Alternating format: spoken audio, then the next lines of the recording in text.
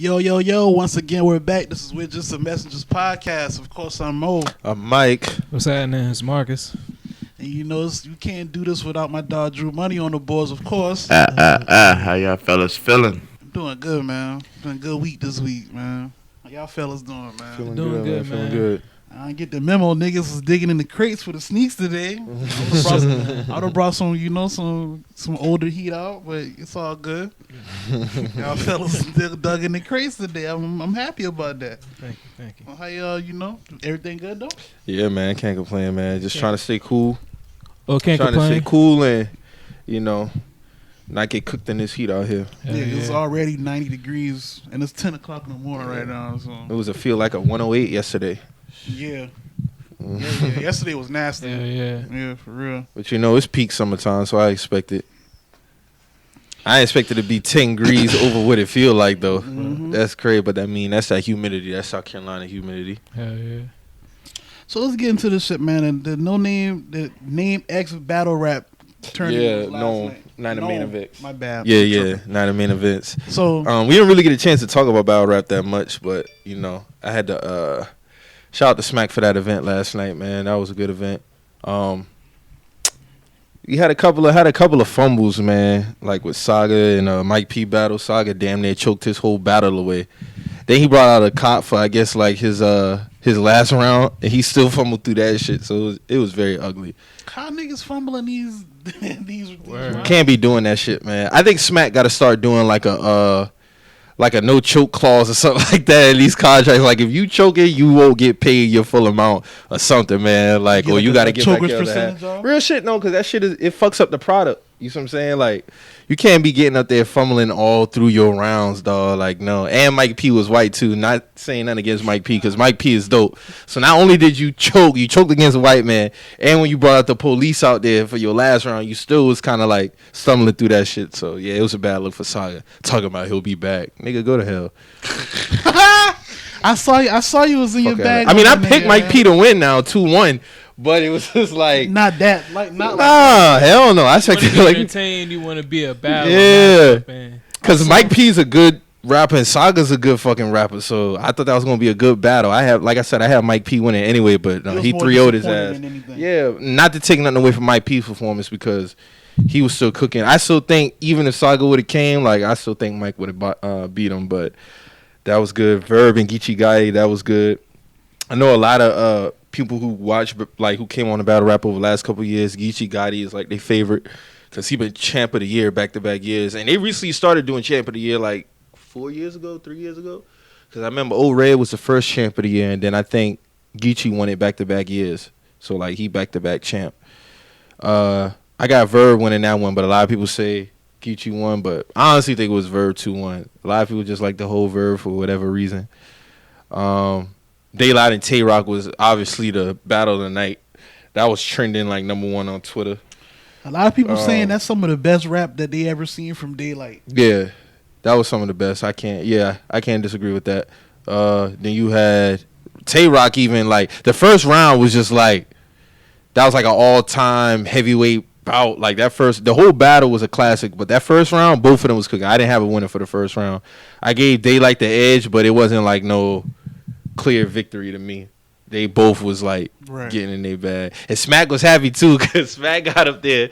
He's like, I got me a classic. The first couple ones, it was a little shaky, but, got me a classic up here. That was a good fucking battle. And then Lux and Surf was underwhelming. It could have been better. Surf kind of like, he kind of just ended his first round, like, just like stopped rapping. It wasn't like no closeout or nothing. And then the second round, he was like doing his thing, and then the third was kind of like, but I had Lux winning that one. I felt like that was an opportunity because Surf got like a fan base that's kind of like, you can't talk to them niggas, so like they couldn't really defend that one last night.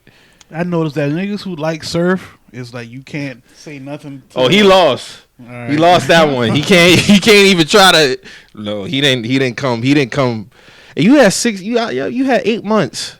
A lot of them dudes like the first battle for the they had a tournament bracket for a new group. So you had Jay the Nightwing versus Fonz, and I had Jay winning, but he lost. Fonz won. He won 25K. But them dudes only had 2 weeks to prepare.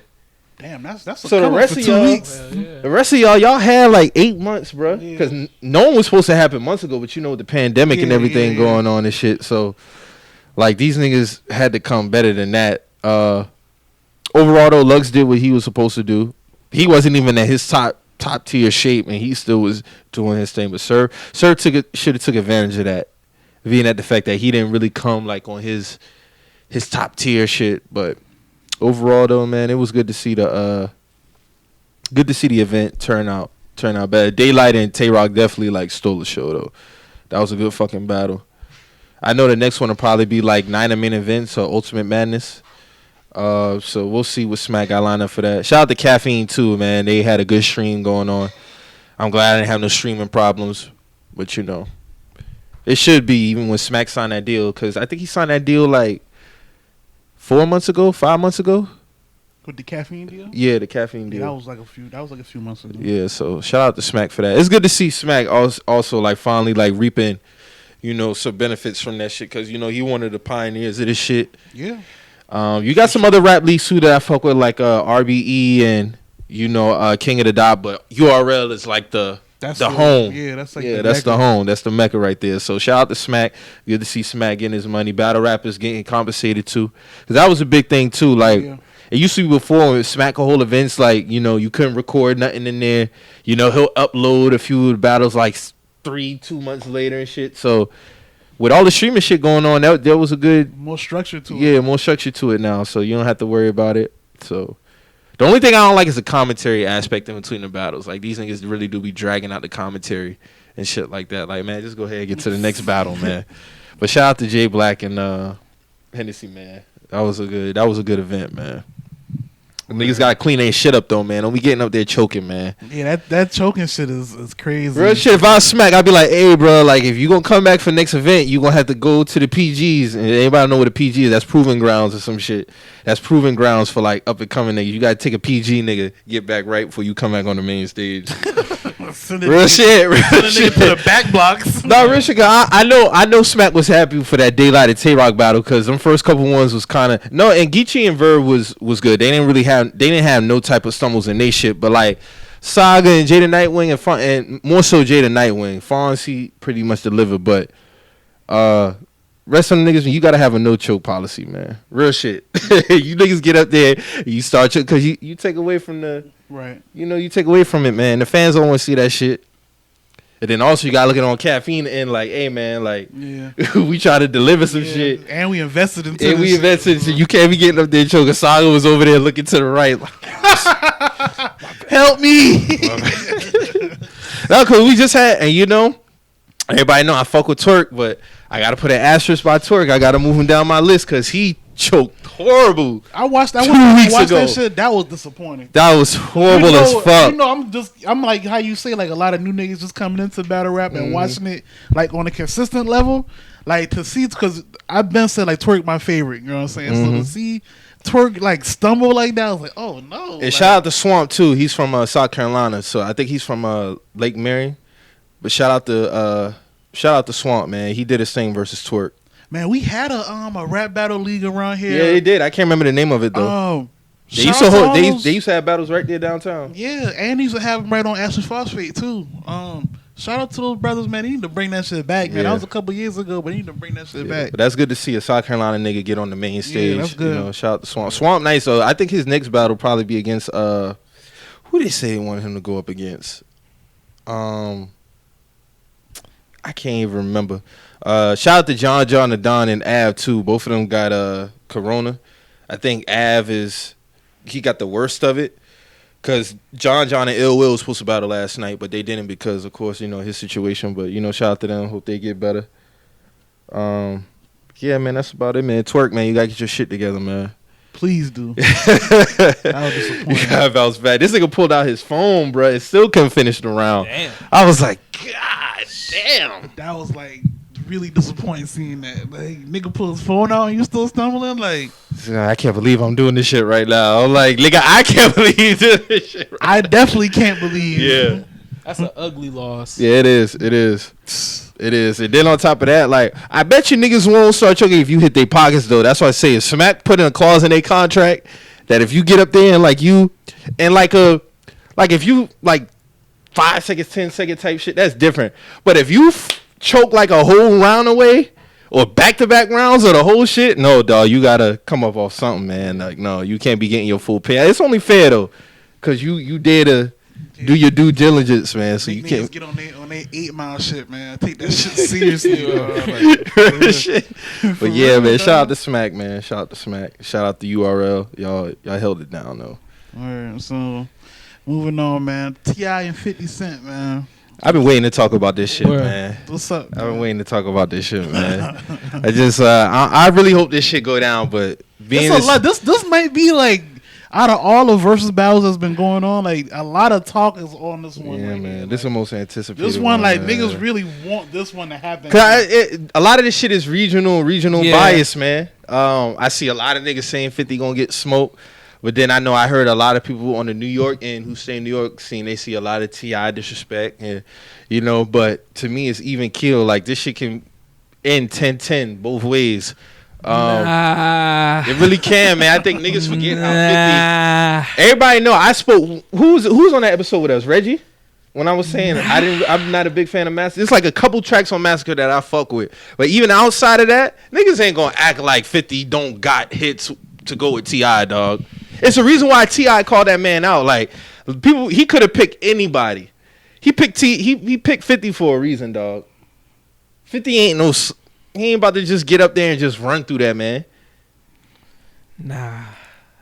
So y'all honestly believe, like, regional bias aside, he's gonna swamp that nigga like Jada did Fab? I'm not saying he's gonna swamp him, but but he's gonna beat him, because if you really look at it, besides New York, what else 50 Cent really got?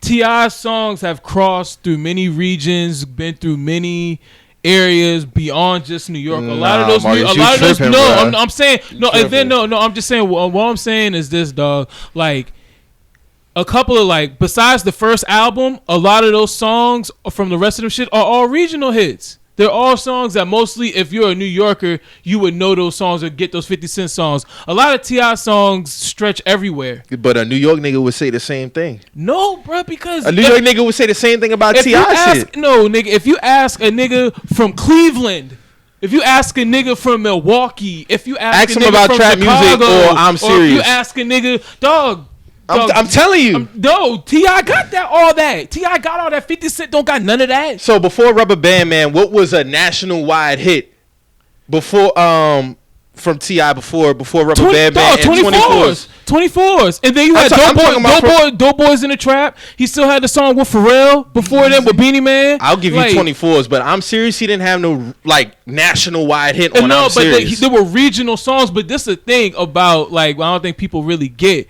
When you got anything pretty much outside of the Northeast region, dog, that's a pretty small region compared to where everything else is at. When you think about the Midwest, you think of the West Coast, you think of the South. Those are the predominantly bigger areas. Yes, you have New York, but anything else past that, New York, Philly, New Jersey, everything outside of that little tri-state area, bruh, everything else is pretty much southern. You know what I'm saying? So you consider Virginia north or south, or like in the middle? No, I used to live in Virginia. There's parts of Virginia. The only part it can go 50-50. It can go 50-50 because if you live in the 7 cities, if you live in Norfolk, Suffolk, that area, there was a lot of New Yorkers who stayed in that area. There was that area is more of a city like area. Anything outside of that is southern, my nigga. Is Richmond is country, anywhere Fredericksburg, fucking all that shit is, to me, is country. It's only when you start getting to like Alexandria, Virginia, northern Virginia. You damn near like that's DC area and shit. And then DC people are southern as fuck too. But the thing is about DC people, like, they are very southern and like southern influence, but they in a northern metro, atmosphere. They're in a metropolitan area. They don't look at it as them being like southern influence. I just think people underestimating his impact even before Get Rich or Die Trying. I'm not saying he had major impact. I'm talking about his music stretching. So you got to think Power Dollar didn't drop because when he got shot, he got dropped from his label. But people were still bootlegging that shit. And I remember when I was in Virginia. That was a big underground album. That's what I'm saying. And when I was in Virginia, my cousins was bumping that shit because one of the leading singles off that shit was supposed to be the one with Destiny's Child. Yeah. And then he had the shit with Bun B, but he ended up putting that on his Guess Who's Back mixtape. Like 50 has some. Yeah. 50 was huge in Virginia. 50 was huge in Virginia. Exactly. I was around that time. He was huge now, but all I'm saying is after that wave, there was nothing. I'm gonna keep it real with you. When 2003 happened, that was 2003, that was G Unit, 50 and all that shit. I went back in Virginia. I was there too. I was around there. I was around there. He had Never Scared. He had the 24's trap music. Of course. I mean, shit, 24's was on Need for Speed. Yeah, that's what I'm saying. Let me tell you how fast this shit changed, though. So it's 2003 when all that shit happening. By like 2004, 2005, I go back up to Virginia, and what's the only thing these niggas listening to? Fucking Jeezy.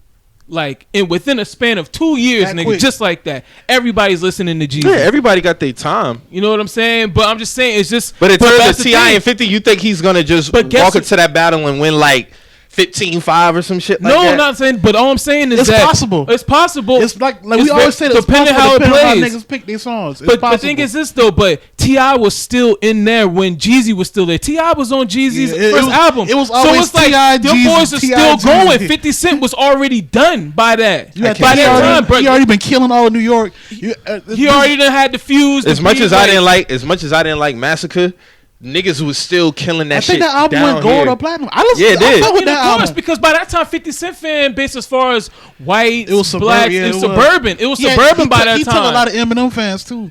See? So it was suburban by that time. I think it's even killed on both ends because both of them have street anthems and both of them have regional anthems. Man, right. T.I. got way more street anthems. I can't say way. T.I. got way more street anthems. I can't say way. Let's say this. And let's be all the way honest here. Mixtape wise, who had the better mixtapes? 50. I'll give you that. But T.I. got classic mixtapes too, though. 50 though. But 50's mixtapes are more renowned. I'll give you that. 50 Cent has more classic tapes. I'll give you that. That's honesty. I mean, albums is not a discussion. T.I., of course. But mixtapes, no, 50. Because 50, when we talk about the mixtape era, he was one of the first. Yeah. Then of course Wayne, Gucci, like it's really like them three who like are the staples when it comes to mixtapes. I'll give you that. I'll give you real shit. But a lot of those mixtape songs, how many of those can you play in the battle? You could play any of them. Up to T.I.'s album records? No, I'm not. That's stupid. That would be dumb. That's what I'm saying though. And if you want to go album for album, T.I. has more albums to pick from. T.I. has more joints to go from. Even his feature joints. You gotta think at one point in rap, like the posse cut was a big thing. You know what I'm saying? T.I. got more. I would drop a couple freestyles in there, like off other people's shit. I would. I don't know if you want to go there with Tip though, because Tip got those too. I was saying, Tip got those too. T.I. don't got classic mixtapes per se. He got classic. He got one to me. Down with the King. Down with me. Yeah, Down with the King. No, but like you got mixtape was like I'm looking at it right now. You could play. He could play as the World Turns. Who Kid Freestyle. Let me even go back to No Mercy, No Fear. That Grand Hustle Radio freestyle when they got over the Dynasty beat. Say What You Want. Funk Flex. Like he got some shit. He went and played that Crown Me. That Crown Me. Shit was fire. I feel like if T.I. really like wanted to get into the mixtape bag, he could show niggas that like I really. If I'm 50, I only played like probably three mixtape songs. Like that Jay-Z or the South shit just ain't come out the blue. Like Jay-Z gave him that. You know what I'm saying? Like T.I.'s round hair verse. There's a whole vibe. There's a whole vibe cover and spread with him on the cover with the crown. Like is T.I. the Jay-Z of the South? But people acting like 50. Like when it comes to that, like. Even when I talk about Game, like he gave Game some of his best songs, like How We Do and Hate It or Love It, like those were supposed to be 50 shit, and he gave them shit to him, and look how big those songs were. So like even if he was to put those in there, it's like dog, it's not gonna be like no like when I was sitting here making the playlist, and I really was shitting because I didn't have the mixtapes, but even still when I was there, I'm like dog, this shit could really go either way. And no, I didn't put Candy Shop and AO Technology on there. So if 50 want to play those two, I feel like they'd be automatic L's. But it was a lot of niggas fuck because with them niggas was like, if you wasn't outside in those parties when niggas was playing AO Technology, and I just stopped reading. I'm not fucking with that shit. Like, nah, I was never in and I was going to a lot of parties as a teen. I've never been in no party where niggas cut the lights off and played AO Technology. So like even if you was the name like there's some songs that if you name by T.I., 50 could come back strong with. I don't know, man. Name one. I mean, we could go like if Top you Back remix. What 50 Cent coming with? Top Back? Who did I have at the top back? And really beat that song. I don't think there's really nothing to beat that one. Maybe I Get Money remix. That's not beating that. That's what I said, or, but you asked me. Big Shit Poppin'. Oh, shit. Big Shit Poppin'? What did I have after that one? Straight to the Bank? Or Stunt Hell no, Mike. You're not going to sit there. I said when he tell could me play. that. I said when he could play. I didn't say he was going to beat him. That's losing. But then 50 got records that he's not going to beat. I mean, the only 50 records they both got songs like Hustler's Ambition. You got Many Men. No, you can't. Not Hustler's Ambition. He can beat with that. What? He can beat that. I don't know off the top of my head, but he can beat that. Ambition? What song is that? That was off the Massacre? That's what Get Rich or Die Trying soundtrack. Yeah. He can beat that. Now, Many Men, that's a W for 50. I'll give you that. In the club, that's a W. I'll give you that. That's a W. Okay, in the club, you can Supposed to Die Tonight. I'm supposed to die tonight. That can be beat. That can be beat. That can be beat, Mike. Easily, that can be beat. Window Shopper. That can be beat. That's How we do. That's a hard song now, but that can be beat. I don't know. That's a toss up. Yeah, but Window Shopper, that's a toss up. How we do. That can be beat. That's a toss up. That can be beat. That's a toss up. Hated 11. That's a W. But how we do it? Come on, my nigga. That can be beaten. 21 questions. That's a toss up. Can beat that too. See, I got girl records. What he can play the Let's Get Away. Why you want to go and do that? Like he can play a whatever you like. I know what to beat. Why you wanna? What? Want to Get to Know You. No. Yes. No. I want to get to know you. That's a toss up. Yes. That's kind of. I don't think. No. I don't know. Why you wanna? That was the heat rock right there, dog. I'm sorry. Why you wanna was fly. Want to Get to Know You is better than those are two like top tier get at them girl songs, bro. So real shit. That would be that could possibly be a tie round like on some real shit. About the money, I think that's an automatic W for T.I. Oh yeah, that's a W. I don't think 50% got another PIMP. Come on, dog. Automatic dub.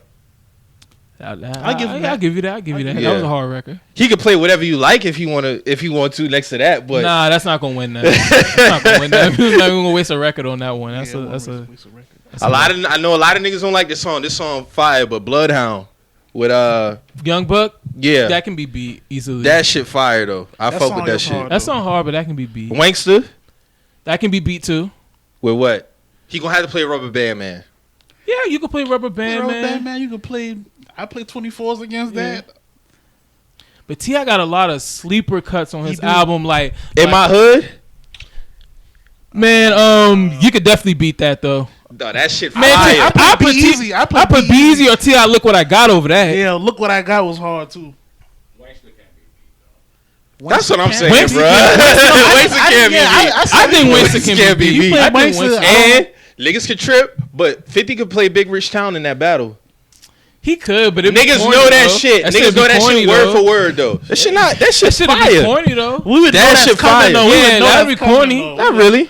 I think that's kind of corny. Hey, but do you know the fly shit about? That's an old song. Like that's what I'm saying. That's an old like song. Niggas was on that song before it really got attached to Power. So Swagger Like Us, I don't think you beating that one. Nah.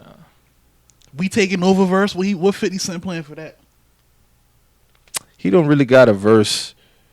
What about T.I. Soldier verse with Destiny's Child?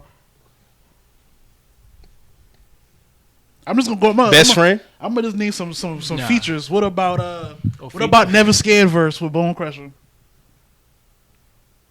I mean, as far as the features, T.I. would definitely win it because he the better rapper. T.I. Drive Slow remix.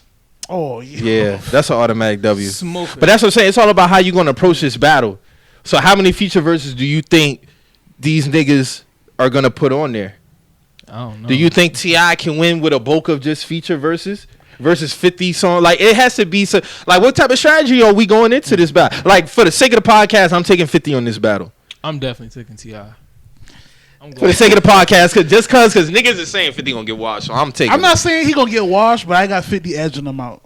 I mean, you got 50? I got T.I. I was about to say. I think I got T.I. winning, but depending on how it goes, the margin. I think now, it could either be like even on this songs, like even out of respect for Shawty Low, T.I. probably won't play it. But What's Happening versus Life on the Line, that's a toss up. Or you could do 50 can play How to Rob. The 99 Problems. T.I. can't play 99 Problems, but Lil Flip ain't one. He really could play. Is that beating Life on the Line though? Life on the Line was hard. Now that's a toss-up.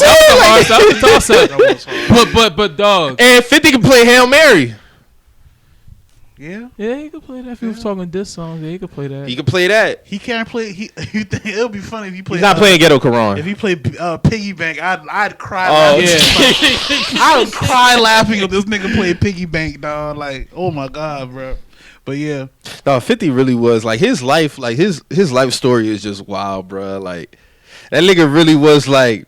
I know he get the tag as being like the bully, but he really was hunted at the same time. If you think about it, like this nigga couldn't record nowhere, all because of a record. You know what I'm saying? Like that whole Supreme and 50 shit, like that shit was wild, dog. Like and the shit he got going on with Jimmy Henchman, like while he was in the industry, he beefed with two major like niggas. Like, yeah, and still was able to like be impactful. Like that nigga 50 rap story was that nigga wasn't supposed to be here, dog. No. But when I heard Get Rich or Die Trying, I was like, okay, like that was like one of the first albums I remember growing up when I was younger that was really like blew up and exploded. Like it was a point where like you couldn't even find the album. Like I was living in Virginia at the time when that album came out, and that shit was talking about Power the Dollar or Get Rich or Die Trying, and that shit was flying off the fucking shelves, bro. It took us like 2 weeks for us to finally find this album in Best Buy for my cousin like for his birthday. First week. Hell yeah, that shit was hard to get. That album, like when that shit came out, dog, we used to go to Best Buy like every week because my cousin loved 50 Cent at this point in time. So we was like trying to go to every Best Buy in Newport News. There was only like 4 of them shit. We used to go to 4 of them shit every weit to go try to find this album. And one day we finally found the album. It was hiding behind another album.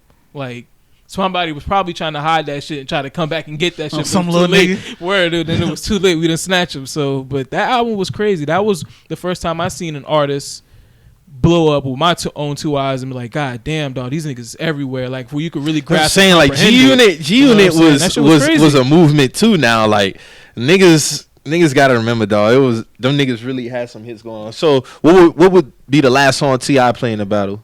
Because I already know 50 probably played Many Men. I can see T.I. like rapping it out with I say What You Know. I think what you know, like, or I can see him going pop. Like that's the only song I feel like that can go up against that. To be honest with you. If 50's gonna close out with Many Men, that's the only song I feel like T.I. could come with. Yeah, What You Know. What You Know. I can see him playing that.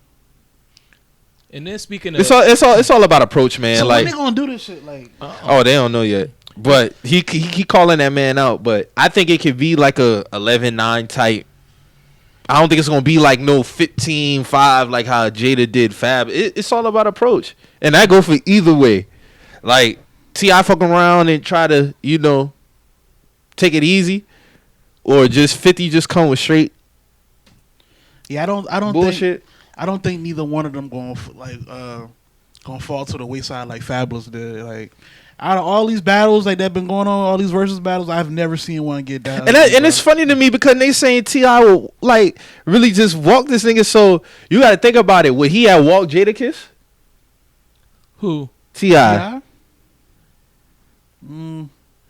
Not like how Jadakiss pulled out them records, bro. Like, that's what I'm saying, bro. You got to really think about this shit, dog. Like he wouldn't have walked them. I actually would have. I mean, T.I. could lose that depending on how it go. T.I. could lose. I can see T.I. losing to Jadakiss. Because that's the thing. Got features, that's the thing. A lot of people slept on Jadakiss. A lot of people was like, no, I don't think Jada can roll with Fab. I'm like, bro, like, I think this man lived through a lot of eras. He was with the shiny suit bad boy era on up to now. So it's like, bro, like, you got a lot to pull from. You got a lot. He got a lot of archives, bro. Like a lot. A lot of verses, bro. He been in a lot of eras. Rockefeller, Rough Rider beef era, DMX era, G-Unit versus D-Block era. Like this man got eras he can pull from. Like when he first signed the Rockefeller era, like he got shit he can pull from. Like that shit got ugly for Fab. Man, I don't even think he won 6. No, I gave him like 4 or 5 rounds. 5 was being nice. Yeah.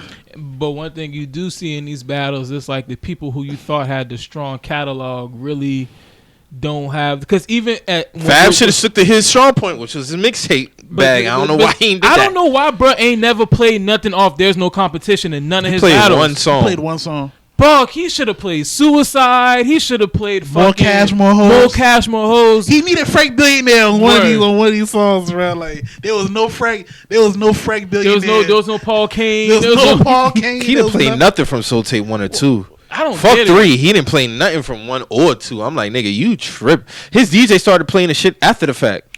But and then another thing about what Fab is, Fab's always his strong point's always been like the girl records, which we thought.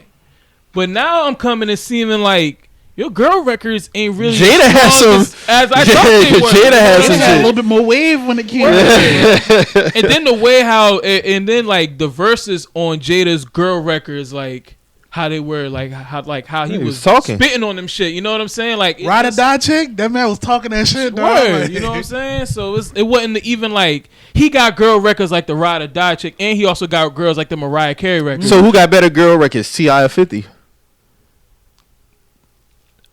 T.I. what? 21 Questions. No, 50, 21 Questions. Would Want to you get put, to know like, ya. wanna get to Best know friend. ya for us, Best friend, Follow My Lead. Follow My He got Lead. some. Would I you hate put- this song, but Candy Would Shop. you put Candy Shop in just a little? I don't bit think in Candy there, Shop is a like girl I record. would You have would to put put that it in as a there. girl record? That's I more of a would. pop song to me. I that? don't Then count that Magic as a. Stick, so that's 7. That's 7. They're about 7 tracks. Magic Stick. Magic Stick with Lil Kim Oh yeah. Oh, and Amusement Park. and Amusement. That was trash though. That song was trash. But- I like that beat on that song. I ain't even gonna hold you. I fuck with Amusement Park. So that's about 8 tracks. T.I. got Why You Wanna. You can have whatever you like. My favorite personal. Let's Get Away. My Let's Get favorite Away. personal Ti track, Freak Though. The girl. Freak though. That's like one of my that's like one of Is my she a favorite freak, tracks though? of him. What's Your Name? Yeah, What's Your Name? It's What was that one off trap music? Why You Wanna Be Your? I forgot the name of that shit. I'll put that up there. Yeah, too. because that was a sample. That's 6. So they ain't really What about the shit off Paper Trails? Which one? The shit he had with Usher. Which song was that? Oh, my life, your entertainment. Was that the R? Oh no, I thought that was something else. Saying. I swear I thought he had an R&B track with Usher. But shit, you could put Blurred Lines on there. With Robin Thicke? Mm-hmm. Yeah, I mean, it's that song did go up for him though. Yeah, I mean, hey, Word, that shit was a banger. 50 Cent got AO Technology. My dog got this. Yeah, But AO Blurred Lines Technology is way is more trash. wavier than fucking Blur. I hate that song. What, Blurred Lines? No, AO Technology. But the Technology. AO Technology is fucking ass. Blurred Lines was wavy. When it I first hate came that out, song. before it ran to the ground, Blurred Lines was wavy. I'm gonna lie, I gave AO Technology a few chances though when that shit That first shit came always out. been ass. But like to say that niggas was like, riding to that in them parties back in the day, that let me know like where y'all was from for one. For two, like I just niggas been in the parties with the tight tank tops on. that's what this battle gonna come down Oh to. shit! T.I. featured on Jamie's song too, didn't he? Oh yeah, Jamie, Just Like You. Yeah, Oh yeah. Oh, he the Drake Fancy track. yeah.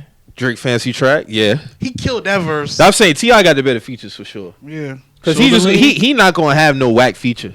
Hell no. Nah, he gonna kill. He gonna kill. He gonna I feel like correct T.I. on would this play shit. Fancy while you bullshitting. He could. That was a big fucking That's record. coming. coming. That's coming. That verse is coming. Like that song still fire to this day. That verse coming, dog. I And, fuck with and that another song. thing is Ti. A lot of Ti music aged well too. It did. Yeah. A lot of 50 music. Don't get it wrong. Like that's where the regional thing kind of come in because After Massacre went down. yeah, because a lot of songs up there regionally might have aged well for them, but for the rest of the world, the rest of the the United States, the world, they're not fucking with that. But a lot of old Ti songs Well, still you gotta ring think off. when you alienate yourself from the whole city, like it's kind of hard to get, the production that everybody that you're not beefing with is getting for one, and like like I said, like he eliminated himself from a lot of those posse cuts that was coming out. Like 50 killed on Gucci Like, record too. niggas had to He make did. a whole posse cut to diss this nigga. You know what I'm saying? Like I'm from New York. Like that was strict. Everybody that was beefing with 50 Cent at the time was on that song. You know what I'm saying? Like inadvertently, like Who else was on there? Was Josh? I don't think Jada knew. I don't think Jada no, knew. Jada, that was 50 Cent beef around that time, bro. But I thought that was after that song came out. That led up to that. Because it was like, shit, 50 was like, oh shit, you on the song? I'm gonna go at you now. And that's when you start calling them. None of them could see 50 in the hit battle though. To be honest with you, you gotta 50 was running New York at one time, dog. Yeah, but his run was short lived though, Mike. It was longer than Ja Rule's. It was. We're not gonna do that. But 50 was bigger and better than Ja Rule. I don't think Ja Rule was trying to just focus on New York though. No, it wasn't. Like he came out the gates with the, I'm gonna do the rap shit with the R&B. That was his pocket. And 50 killed him for that, and then he tried to make his own lane and doing the same thing. Sure did, but at the same time too, like what street anthems Ja Rule got? He don't got no street anthems. That's what I'm saying. Like 50 got it on both ends. Like that whole beef was just like crazy. That's like you seeing one person completely annihilate another person in front of your eyes, like in every aspect. Like even now to this day, this nigga Ja Rule was doing. And then when the game came in, 50 stretched to the West Coast. So like, we not gonna act like niggas wasn't fucking with 50 over there neither. Like that nigga had span across the fucking country, dog. That's real shit. Niggas ain't gonna play the game, dog. Like, but at the same time, without 50, that shit only was for 2 years. After that 2 years, but listen, what I'm saying. Without 50, there is no documentary. Okay, I give you that. Like, that's arguably one of the best rap albums all time. That's one of the best debut rap albums that ever came. That's what I'm saying. Like, so 50 gave a lot of work to the game, dog. So that's what I'm saying. You want to talk about making songs and like his pen, like that nigga's up there with that shit, dog. He is now. Like I give you that. Like and being that him and Game is cool now, I can see him playing both them records. Yeah. I mean, ain't nobody died behind that beef, so there's no reason for them. Somebody got shot. Game did say one of them should have been dead behind that shit. Like, yeah, that's for sure. But I think like T.I., I think it would be a real and honestly, it's gonna be a north-south thing. That's all it is. I'm ready. It's gonna be hats cocked to the side versus muscle tank tops, and you know what team I'm on. So like, it is what it is, man. Like that's what the check-in gonna look like, man. Yeah, but I mean for sure, like T.I. albums definitely like, cause 50 only got 2 albums. To me, that's just like even worthy. Like Curtis is. You ain't like Before I Self-Destruct, bro? No. He got a joint on there where he's spitting his ass off, but like that joint that little project he dropped, like when niggas first started getting hip to power, that was kind of hard though. That little EP. That was I fuck Animal's with that. Ambition. I fuck with that. That was decent. Like he was kind of rapping like back on some grimy nigga shit on that shit. I'm saying like when 50 first came, he can rap his ass off when he want to. Yeah, I'm not gonna say 50 is a trash lyricist because I've heard 50 Cent rap. Yeah, he lyrical. He can get lyrical if he wants to. Like, yeah, and he can find his own little pockets with his flows and shit. Like, dog. Cause I love that shit with him and Pusha T did on Raid. If you he killed that. If you want to be real, dog, like we want to talk about niggas' first 2 albums. If Power the Dollar come out, then he come back with Get Rich or Die Trying. Might have a different conversation, dog. But he probably wouldn't have been under. He probably wouldn't have been with Eminem and Dre. What you say? If Power the Dollar would have came out. And then he would have followed with Get Rich or Die Trying. We probably would have been having a different conversation about 50. Because those 2 would have been up there for like... Power the Dollar was the real debut album, but it got turned to a street album. It got turned to a street album. That was so dirty how Columbia did that, man, though. Dropping them like that. They probably want no smoke with that shit. You got to think after the whole Jam Master Jay shit happened, it was like, what do I even do? That was before, though. Oh, okay. Because 50 got shot 2000. That album was supposed to come out that summer. And he got shot like in May 2000. So when Jam Master Jay died? 2002. Oh, okay. Yeah, you right. But see, now you bring some shit up like that. See, when you bring that up, saying that when 50 got shot, his shit got shelved because he didn't want, because the label didn't want. They probably didn't. I'm saying they probably didn't. They probably didn't want any issues with what was happening with him, with Irv Gotti and Supreme and all them. So when you think about that shit, you think about probably behind the scenes business, right? Behind the scenes, yeah. That's kind of like on some Drake and Pusha T shit, just saying, but that's a different topic for a different subject. We gonna talk about that later on. We gonna get there. That's like, but that's the behind the scenes shit that niggas be talking about. They were scared of bruh, so when bruh got shot, they was like, "Hey yo, you put this nigga album out, like it's not gonna be good for you and whoever the fuck around this shit." So you're saying it's possible that some calls were made. most definitely some call because even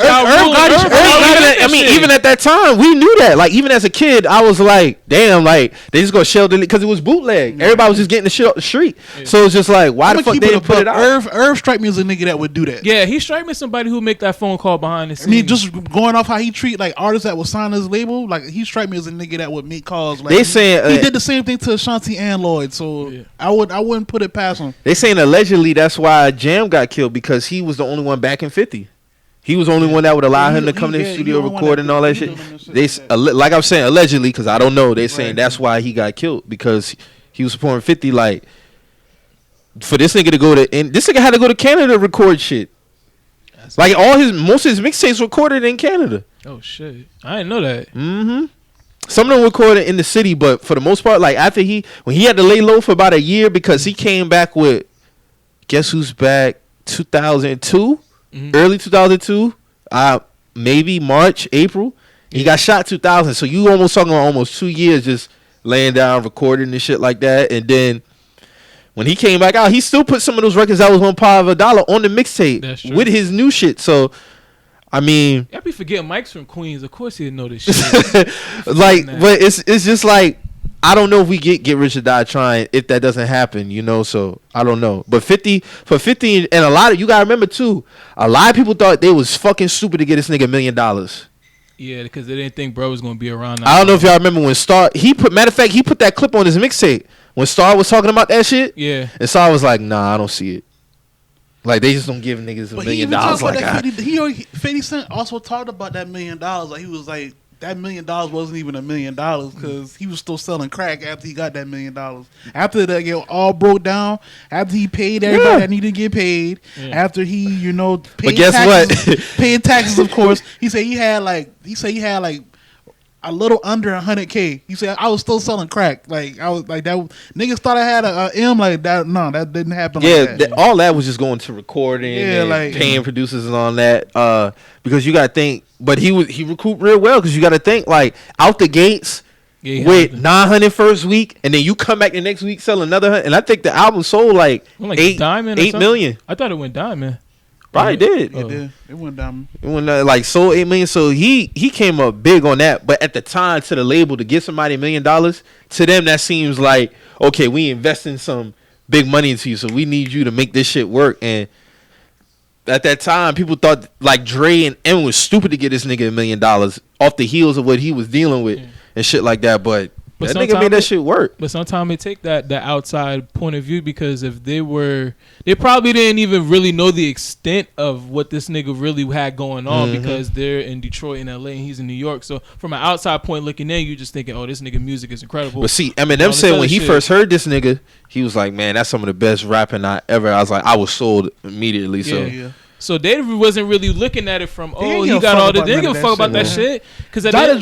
Dre, if you catch Dr. Dre ear, like he's gonna fuck with you, like regardless. Fuck with none of that shit, bro. Like he business when it come down to it anyway. So all they would have moved that. We all know Dr. Dre is not really a street nigga anyway, so that don't even apply to him. Like he trying to do music and music only. Like 50 did what he did.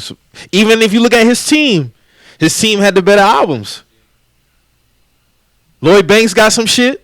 Yeah, of course. Tony ain't really got nothing that's like. Let me ask you this. Lloyd got some shit. We're not gonna do that. No, I'm not saying that. Would you say Lloyd Banks is a better rapper than Young Dro? Damn, that would be a good battle. That's a good matchup. That's a good matchup. That's a good fucking matchup. Out of G-Unit, like it's a toss up. Besides Game, that's the only person that really matter out of G-Unit. I really. I had to. I mean, exclude Buck. Niggas because Buck ain't really got no album that's like his first album was hard now, but Lloyd Banks got the better discography out of all of them. That's what I'm saying. But if you want to throw in the game washing anybody. Yeah, he's his own separate entity at the end of the day. He's his own separate entity. G-Unit shit, like I look at that whole. He stood out. Yeah, that's what I'm saying. Like Game signing the G-Units, like Jeezy signing the Boys in the Hood. We both knew that they was also way bigger than the group. It was just like a stepping stone. Shit, I feel like it was just like a step. Like when 50 under Eminem and them, he stood out. Mm-hmm. So when 50 had Game, he stood out. But Young Dro and Lloyd, it's a toss up. Cause Dro can rap his fucking ass off, bro. I got Dro's a top 5 rapper in Atlanta, period, like all time. And then if That'd be you a good peep matchup, Dro, but that's if a you good peep one, bro. Dro's I like that. mixtape catalog, he got some strong mixtapes. he He got some strong mixtapes. Versus period, like Dro got verses, like Yeah, versus period. Yeah, just off the features, like Damn, Mo, you hit me with that one. That was a good one. my nigga I like Free. that. Like dog, remember when Freeze Me first came out? Yeah. Whoo, that shit was gas. Yeah, but like I said, I don't speaking on Lloyd Banks. Tony and Young Buck, they cool, but Dro, who else? B.O.B. he signed a lot of people. I'm not bro. counting him. We not good. Oh no, I'm B.O.B. not sold counting records him. now. Yeah, I'm B.O.B. not sold counting records. B.O.B., bro. Why you not counting And B.O.B. went platinum. B.O.B. did go platinum, bro. Y'all know he's He not went- going he up went platinum against a none couple of them times. niggas in G-Unit, bro. It's not happening. It's not happening. He's not going up against none of them Alright, niggas what in about G-Unit. who Bro. else? Who else? I can't really think anybody from Grand Hustle. Iggy. Iggy Azalea. Man, if you want to keep it real about his Grand Hustle situation, he dropped the ball with a couple artists. Meek killing Travis Scott. Yeah. Meek, he went to jail, so he couldn't really do nothing for Meek, but he did drop the ball on it. He still could have had Meek coasting while he was doing his thing. He had Travis Scott first too. Yeah. Yeah, he with that Grand Hustle label, he's been trying, but it just I don't know, man. Lil Duval, the biggest rapper on Grand Hustle right now. Let's keep it a buck, man. That's the biggest artist besides G-Unit was definitely bigger than Grand Hustle, though. Of We just gonna course. be honest. Oh, no. Of course, Yeah, we that gonna be thing I'm was not a gonna argue that. debate. Yeah. I'm not gonna argue that. And You I better love, off saying I G-Unit love versus PNC, Dipset. but no, like You do G-Unit versus Dipset. That'd be a good one. But Dipset probably come out on top, in my opinion. Yeah, definitely. Cause Jewel's got a better debut than Jones got a very strong Jones got a strong catalog. Jim Jones got a stronger catalog than people think. Like Very. that man albums. go Yeah, I crazy. still don't think he's better than Cam's, but I'd put it up there. I'd put his disco up with Cam Disco. I remember you especially and in Bad the later said his years back because end. he's still Yeah, putting y'all say out the back really end was good better. projects. Especially now, Jones' projects is better than Cam's projects. El Capo was one of the best of 2019. That shit was way better than that shit was way better than Purple Haze too. Ain't nothing beating Purple Haze though. The first one, of course not. That's the best out of that whole. Some say Come Home With Me, but Purple Haze was top tier Cam.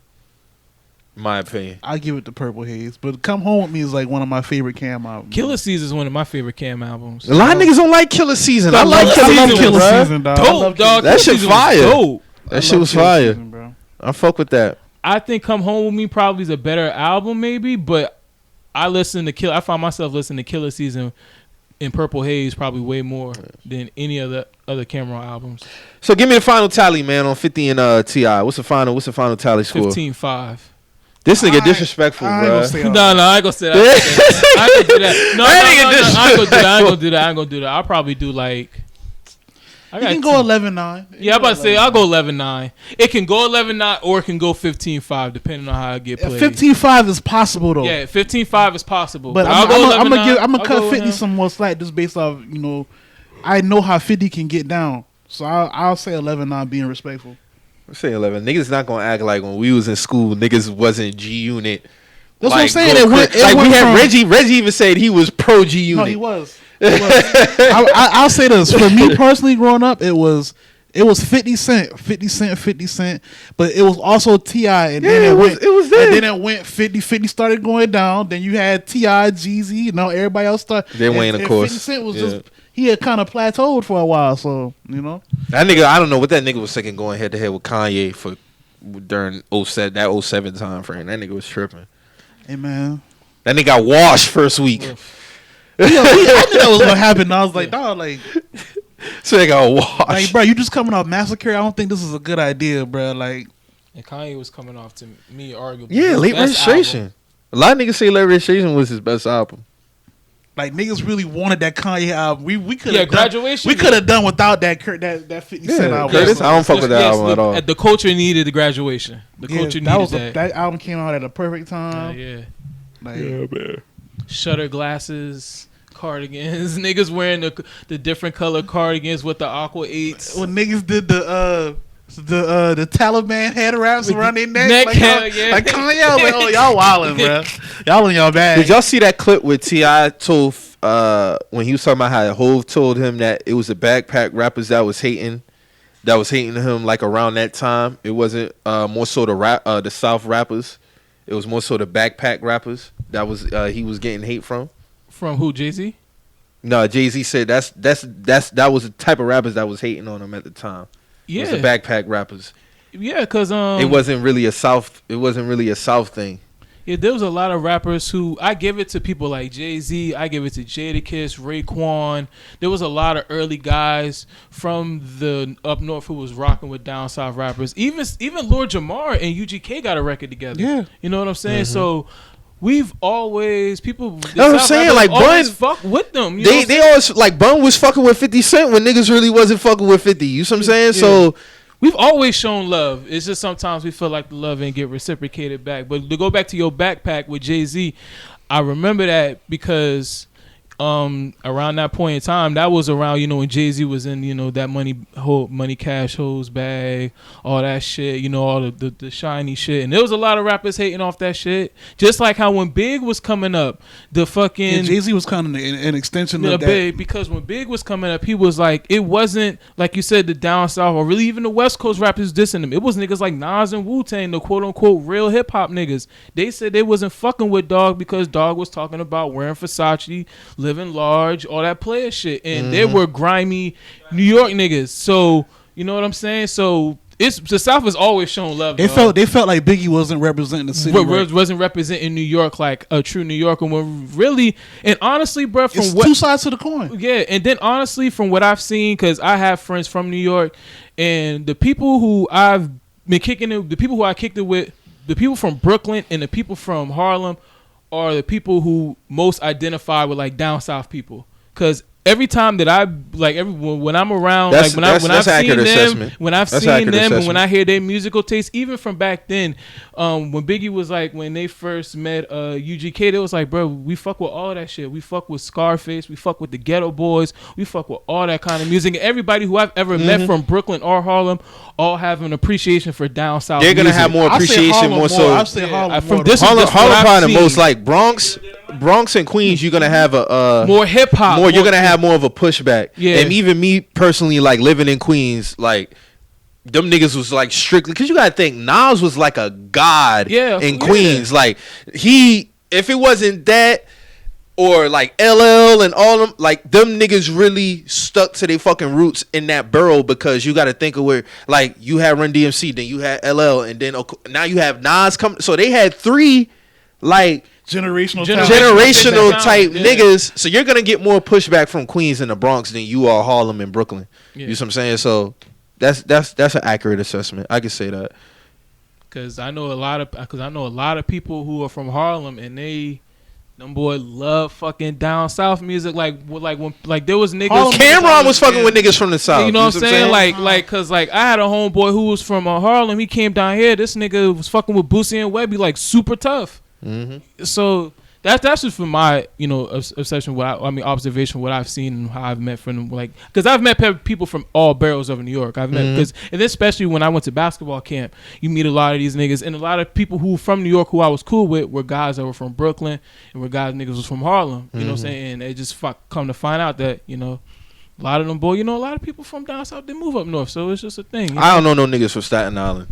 So I met a nigga from Staten Island playing at basketball camp. Yeah. I met a nigga from Staten Island. Just not because I got no problem with nobody from Staten. I just, even growing up there, like, I never been to Staten Island. Right. So I never really fucked with any niggas around Staten Island. So I wouldn't really know how they really like. I don't know either. I just met Dog because we was all like sitting like in a room like this, and it was for the basketball camp. We were signing up, and everybody was just talking about where they was from. There was one nigga, he was jokey as fuck. He was like, "Yeah, bro, I'm from Queens, dog." I was like, "Where?" He's like, "Nah, son, I'm lying. I'm from Long Island."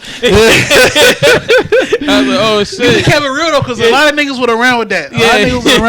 So, oh shit. The other bro was like, "He's from Staten Island." I was like, "Where?" You always know a nigga, because if a nigga say he from a borough but don't say where actually he lived at in that borough, then you know he full of shit. Dude. Like, nigga, you could just say you from Queens. I'll be like, okay, where did you grow up in Queens? Yeah.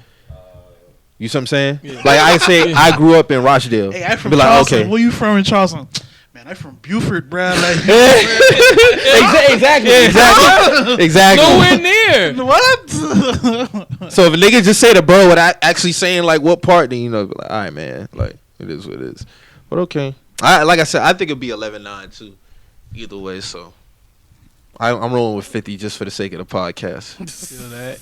You gotta do what you gotta do. I gotta defend some of the shit, man. Some of the shit. As the world turns, there's another saga of Drake, Pusha T, and now Young Thug has put his hat into the round, man. So what we thinking about it, man? I know Marcus is eager to talk about this shit. Personally, I get what Thug coming from as far as him wanting to be involved in this shit. However, I wouldn't have took it publicly to diss a nigga, you know, because at the end of the day, Pusha T, whatever the shots were, it wasn't for Thug. You know what I'm saying? And this was a leaked track. This track didn't even make the album. So it's like, why would a leaked track cause so much? Why would that why would that bother you so much as Young Thug? But I do understand where you don't want yourself involved in it. So if you want to let that be known, cool. Now, me personally, like this whole like shit of, you know, recording yourself having a problem with a nigga and all this other shit when y'all are in the same areas, in the same circles, it's nothing but a text. Hey, give me Pusha T number. You know what I'm saying? Like, I've always said shit like this. Like, you know what I'm saying? Like, before I go record myself on Instagram, like, I'm gonna try to contact this nigga first. Word. So me personally, like, I don't understand that. You know what I'm saying? Thug my man, so y'all know Thug my man. So it's like I don't understand all of that. But you know, if niggas still want to diss each other, like it ain't really nothing else that we can really say about it no further. Like obviously Pusha T is still gonna get his bars off. Drake still gonna throw his little shots, and that's just what it's gonna be. You know what I'm saying? Like at this point, that's how I'm looking at it. Like it's one of them things that's gonna forever happen. So I don't know. From that perspective, like, bruh, who cares if these niggas be forever? Like, it's never gotten violent. I don't think it's ever gonna be violent between those two. So it's like, if the niggas want to take shots on record, I can understand where Thug's coming from because that's your dog, and you don't want it to make it look like a certain way, like, oh, I heard him, and like, you know, I had something to do with it or approve it. But at the same time, this shit really ain't got nothing to do with you. No, it got nothing to do with you at all. This shit has been going on way before you. The origins of this shit don't even begin with the nigga that he's beefing with. You know what I'm saying? So it's like, it ain't even nothing really even like, who gives a fuck? Like, yeah, the nigga, he did that shit. Yeah, that's your dog. But at the end of the day, if you doing a song with me, you already know what it is. It's possible that I could say something about this man. So if you jump on the song with me, like, and that's another thing. You should know this. No, that's another thing. Niggas know Pusha T. You know what I'm saying? Y'all know if you especially in this climate, 2020, after everything happened in 2018, we already know at this point, hey, if I do a song Pusha T, it's possible that this nigga might throw some shots in this verse. You gotta walk into the shit like that. Same thing with Drake. Drake is selective with the shots he throw, but it's still a possibility. Like, hey, I do a song with Drake, it might be some shots thrown. Yeah. So it's a possibility, guys. Like at this point, that's just how I look at it. Like I don't. Whether they take their own solo tracks and go each other again, that'll probably never happen. It'll probably only be on situations like this and shit like this. You got to look at. I mean, Drake was throwing shots on No Murder. Yeah, that was last year.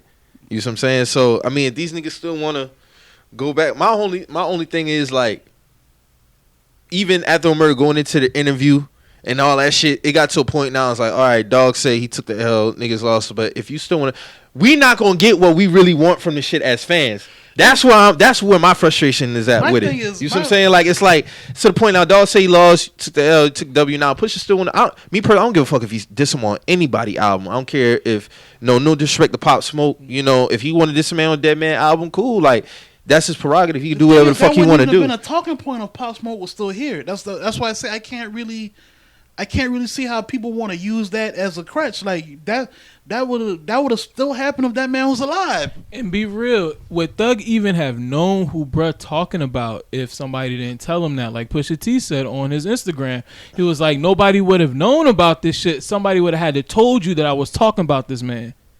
Even though in the lyrics, if you know what's up, you obviously know that he is talking to Drake. I mean, I can't say that because niggas that might buy a house in Mississauga. Like that's in Toronto. Like, because even if you, it's the same as the Maybach six at verse. the same time, though, it's like these are things that are not blunt. These are not like heavy disses. No, these are just not. like They just these jab. are shots. They They're jab. jabs. And if you know rap music, you know these are just like these are feelers, my nigga. He ain't even putting a name on this shit. If you know, But he ain't put a name on Maybach six verse neither. Yeah. But if you know, you know. But that's the beauty in hip hop. Jay did this shit all the time, my nigga. And it's only to me personally, I might be looking at it through a different lens, but I only see pushback or why this when Pusha T throwing shots. I never see this type of blowback when it's a Drake like the murder, like when he threw shots on murder. There was no so why you still talking about it? No, niggas definitely said why you still talk. Niggas was definitely like this nigga still crying. This nigga still fans, no. Of course. I mean, Pusha fans, Drake fans, they all going. But we not gonna act like niggas ain't say Drake wasn't still crying about the shit. I'm a Pusha fan, but I'm gonna still keep it level keel when it comes to this shit. There's not that much pushback from when Drake throw his shots as opposed to when Pusha T throw his shots. You got other rappers stepping into this shit now because this man throwing shots. No other rapper steps in on Pusha T behalf when Drake throws shots at this man. This never happened. So like that's what I'm saying. Like it's always gonna be some type of bias when it comes to this shit. But I think more so because he did it on his own song though. If Pusha doing this shit on his, ain't no pushback. That's what I've seen. I'm going off from what I've seen. Niggas giving it pushback because it wasn't on his record. And I can't be mad at Thug for that because at the same time, too, niggas always come out and say, hey, bro, like, I ain't had nothing to do with that shit. He just went about it the other way. It's like when Jada was on It's Good and Wayne and Hove, when Wayne threw his little shot, even though it wasn't nothing, Jada still took it upon himself to come out and say, hey, you know what? I ain't had nothing to do with that. You know, I don't want you to think that I was cool with Wayne throwing a shot at your lady. He did it. So it's not, I don't want niggas acting so surprised like niggas don't do that shit. Niggas do it all the time. Niggas always come out and say, oh, I ain't had nothing to do with that. He said what he said on that record. That's one thing. I did my verse. That's one thing. But now you dissing Pusha T? That's one thing to state your piece, but to diss this man, that's we all know how Thug get down though. But I'm saying he gonna voice his opinion. That still goes to my point. Like now you got other niggas stepping into this shit now on behalf of another nigga. Thank you. That's my point. You know what I'm saying? And y'all know Thug is my man's, but I gotta call out something that don't look. I feel like it just don't look right to me, bro. Like I don't feel like Thug is really going. This is just my honest opinion. I don't feel like he trying to protect. He called a nigga verse weak. You said that shit was not weak. That shit was not weak. That shit was hard. That shit was hard. You feel like more his more so is like to trying to protect his relationship with Drake, or he really felt like how he felt? Because I feel like Thug felt like how he felt. I mean, it's to me personally, it looked like both. Because if you felt like you just want to state your piece, You could have had text breath for all that shit. Exactly. And I said that before I even got. You could have hit that nigga up personally. But now you want to say, hey, first off, your verse weak. I really kill people and all this other shit. Like, hold on, you take it to another level with this man now, all because of Drake. You could have stated your piece for Drake, and it could have just been that. And I feel you on that. That's just what it is. Nobody does this on behalf of Pusha T when it comes to Pusha T and Drake. That's why I'm saying the shit just is getting weird now. Like, I think it's more so because of the features. Like, when Pusha be dissing this man on his own shit, it don't be no pushback. I think it's only be on the. Think about the times where Pusha has this Drake on his shit. Ain't been no fucking pushback. It only be on the features. Why you think Ross didn't put him on the verse? And this is another thing. And I 100% do not believe Drake had anything to do with Maybach Music 6 verse at all. I do not believe that. Like, you can't convince me that Drake had anything to do with Ross not putting that man. Because Ross ain't about to listen to that man when it's like, oh man, this. I don't even think Ross let him hear that verse. When you look at his radio interview on Big Boy, whatever station that was, Ross said verbatim, both verses were cleared. It was just, I didn't feel like it was the proper time to put, for the shit to come together. I don't think I think people giving him a little bit too much leeway when it comes to shit like that, to be honest with you. That's just my opinion. I don't think Ross listens to that nigga when it comes to shit like that at all. Because if he dissing Ross listens to the verse, and he was just like, you know what, I'm going to just go ahead and leave that shit be. Hey man, Just not gonna fuck I with mean, it. that's But I think the cool. But me pushback. There's personally, only been pushback. It's only been pushback from Pusha when it's been on other niggas' songs. That's all I'm saying. When it come to his own shit, ain't no niggas be having no problem with that shit. And I think that's Right. more the foundation when And it that's come to cool. what That's Thug's cool saying. if it's pushback, but it's like niggas it go beyond. Hey, I'm stating my piece. Now niggas would throw shots at this man. Y'all never would throw shots at Pusha T. Like when the shit first happened, you had niggas calling Pusha T a hater. Like Joel Santana was calling this man a hater. Like why? What does Pusha T have to hate on this man about? That's outside of this song and all I'm this just saying, shit. I'm just saying throughout this whole thing, like it has been niggas been taking shots at this man, and it's like, bro, like it's one thing if you gonna state your piece. I'm cool with Drake, like cool, that's cool. But it's another. It get weird when you start taking shots at another nigga on behalf of another nigga. Shit, niggas was saying that shit about Pusha even before this shit, even with Wayne. Yeah. Niggas was saying that shit about Pusha even before all of this shit. Even with the Exodus 23:11 shit, like when he went on Funk Flex and he talked about that record and he was just saying like, oh, you know, I ain't saying no names on the record. And then he tried to talk about like how, well, I'm signed to one nigga who signed, well, I'm signed under Kanye, who signed under Hove, who signed it. So, you know, I never seen like the nigga know what he doing, bro. At the end of the day, that's why I'm saying when it comes down to it, like, is it really just competitive sparring or is it really an issue with these niggas? Because if niggas want to pick, it's really like it's nothing to really beef over. This shit started over fucking bait. That's like the foundation of this shit ain't really nothing strong. And if the niggas want to carry this and you know it transitioned over to Drake, Drake picked it up. That's what I'm saying. Like Drake picked it up and now it carried on. But me as a fan and listen to the shit, we really ain't gonna get what we want to get from it. I don't give a fuck. And like I said, I don't give a fuck if he did some on nobody's song. His song, I'm not gonna give pushing no pushback. You do what the fuck you want to do on Raw song, Pop Smoke song, your own song. I don't care. I just know I'm not gonna get the Surgical Summer shit, and then I know I ain't gonna get what I on Drake end. So that's why didn't we get Surgical Summer though? Because Drake didn't want. Yeah, he didn't respond. I said that. And even remember on Twitter when the interview dropped. I said that's why I said on his end I'm not buying that shit because at the end of the day from both parties we not gonna get what the fuck we going to get from it. So if niggas want to continue to throw their little thing, you know, do what they want to do. Just me, I just ain't really going. I just be like, eh. Hey man, all I gotta and say the verse, even listening to the verse, it was just like it was cool. All I gotta say is Gucci still diss Jeezy and nobody says nothing about that. But you know, and Freddie Gibbs still just Freddie Gibbs still diss Jeezy. Nobody says nothing about that. I think Freddie Gibbs is weirdo at this point, but nobody says nothing about that. So if niggas want to wake up and still diss each other, then it's cool, obviously. Yeah. So we shouldn't be drawing no lines. Yeah, because niggas definitely get on Freddie Gibbs like, bruh, like why are you still even on that shit? So I can understand why niggas be like, you know, with Pusha, I can understand it, but more so, Drake didn't respond, and if you still gonna throw shots, it's kind of whack because, bro, like you didn't respond. You didn't respond, and you got your big homie's daddy to, hey, we're not gonna do the pig fight shit. Like then, like it's like, bro, you're your own man at the end of the day, bro. Like you started this shit for one. Mm-hmm. You brought this man wife up. You started this shit. You sent your little OVO invoice after you dropped the little freestyle. You was up. The man dropped. Now it's only Jay Prince can speak for you when it comes to this shit. And now you still want. Now it's still shots being exchanged. So what do you really want to do about this shit, Drake? Do you think Drake called to get this record taken off Pop Smoke shit? I'm not gonna say he did. I don't have no substantial proof to say it, but based off his past interactions with this whole beef, it wouldn't surprise me if it came out because when the shit got hot, you hid behind Jay Prince. You didn't address this beef on your own. So if you wanted to, it wouldn't to me it wouldn't be out of your character to make a call. To me personally, now if it come out that he didn't do it, cool. I'm not gonna say, oh well, I wouldn't have no pushback to that. But me personally, it wouldn't strike me as a coincidence. I'd be like, oh okay, well, I kind of already expected this. But if it come out that he didn't do it, cool. That's just where I'm at with that. Pusha said, "Leave the devil alone." Yeah, when I saw that, I was like, oh wow. Do you think we hear any subs on Drake album? Of course, niggas is.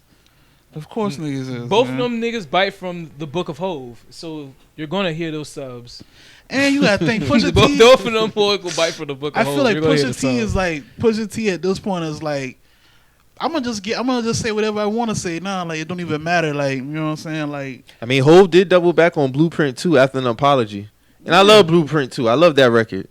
But, you know, at the same time, too, like, it was at the apology, so it really didn't sting your mom made you apologize to Super Ugly Hov.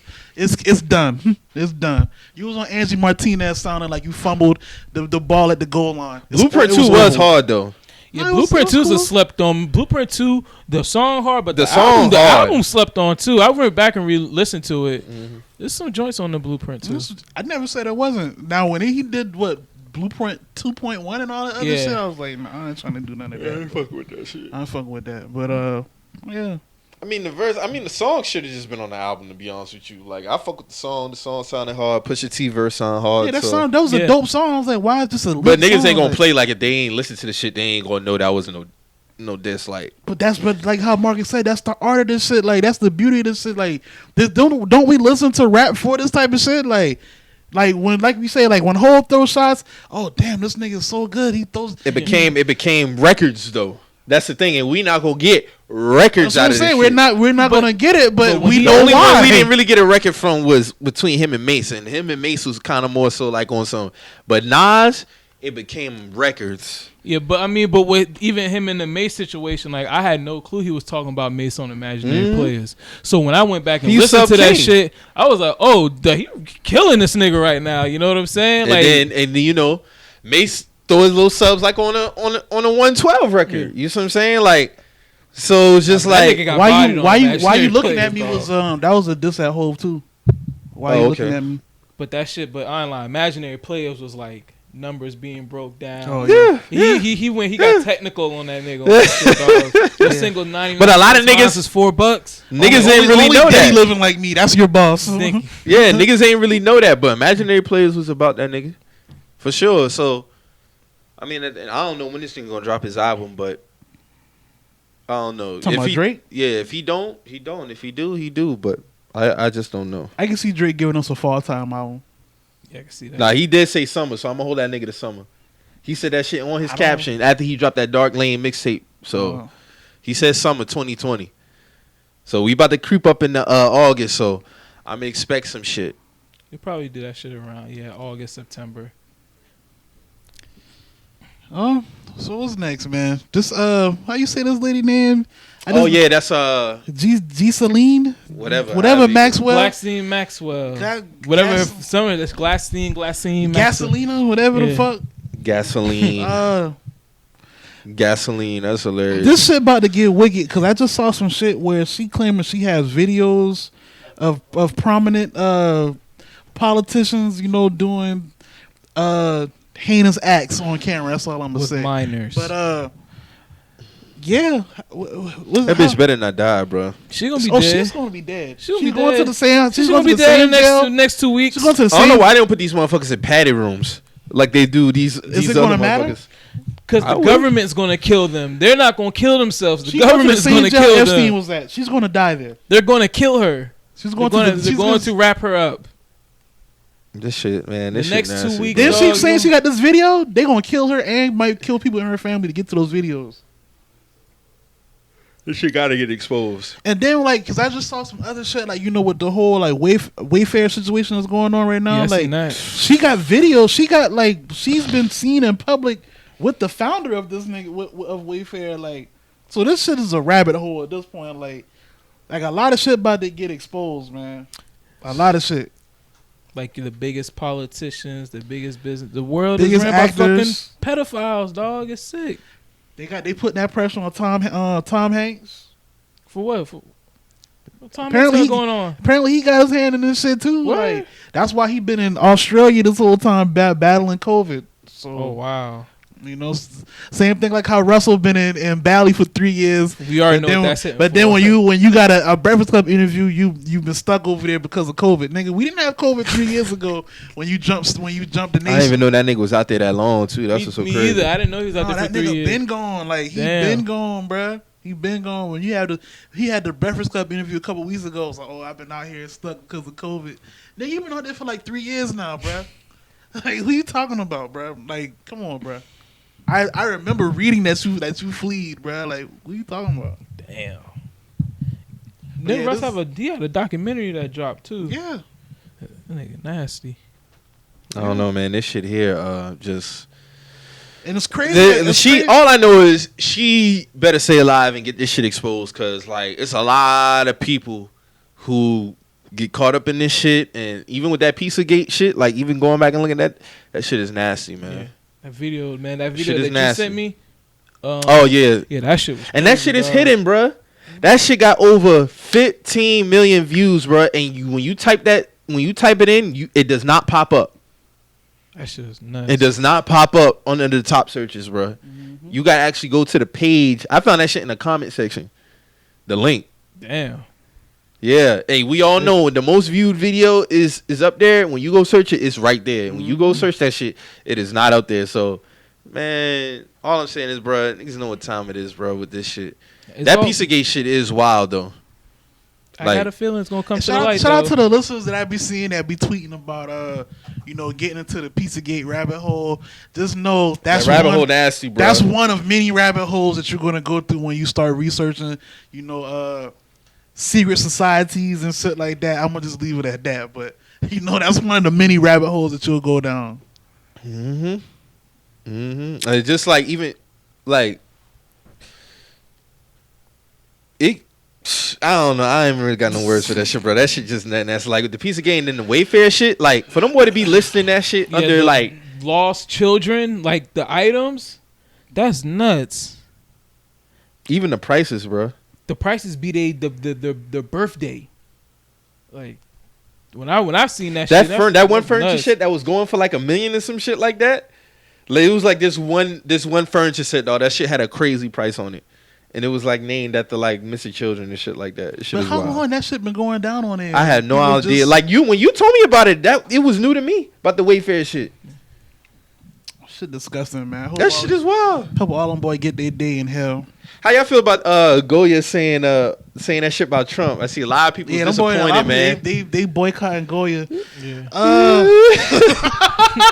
Hey man, y'all niggas is big on y'all seasoning, so. I definitely got some adobo in the. What about to say? I got some adobo and I got a can of beans in there too. Adobe's under Goya? Mm-hmm. They are? Adobo, all that shit under Goya. I thought it was his own shit. They all work on. So I gotta do my Yeah, research. I gotta do my research. See what I got throw away. Hey bro, I ain't been fucking with Chick-fil-A for about a month now, bro. Hey, did you got that? Cause I still got the Chick-fil-A app. Did you use? Nah, I'm done with the app. I lose on my points. You delete the apps too? So I'm done with I use on my points. So you ain't get that notifications for that free sandwich then?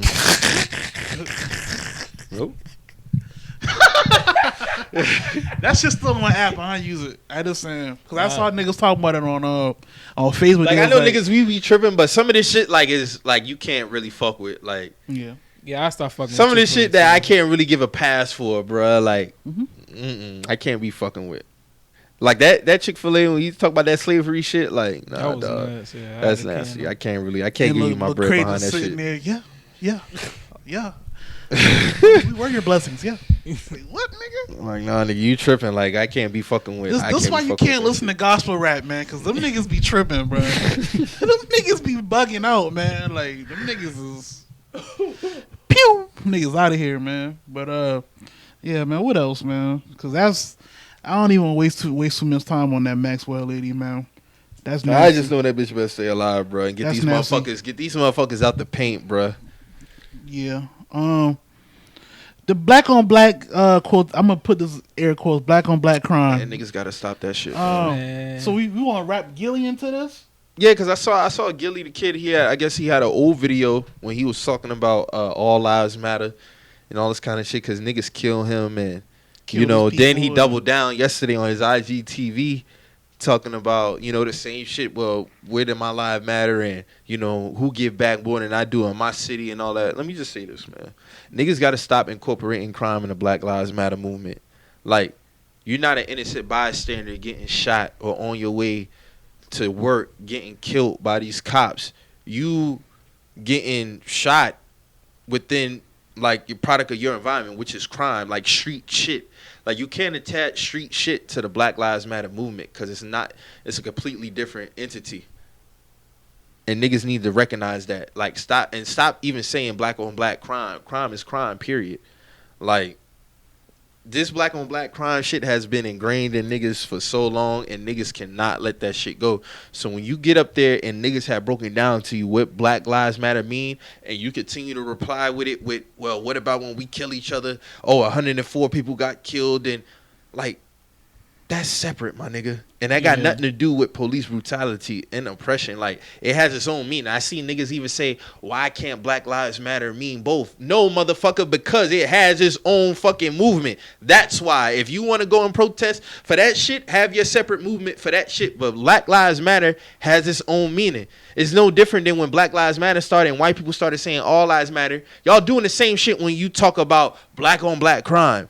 Stop talking about that shit. It don't apply there. Like, that street shit. Stop trying to attach street shit to Black Lives Matter movement, dog. Then, it's just shocking because Gilly made his whole career off being a street nigga. Off being a street nigga, but then when you work under this cracker at Barstool, you want to double down and use white people talking points, bro. Like, you've made your whole moniker is being one of the top Philly niggas.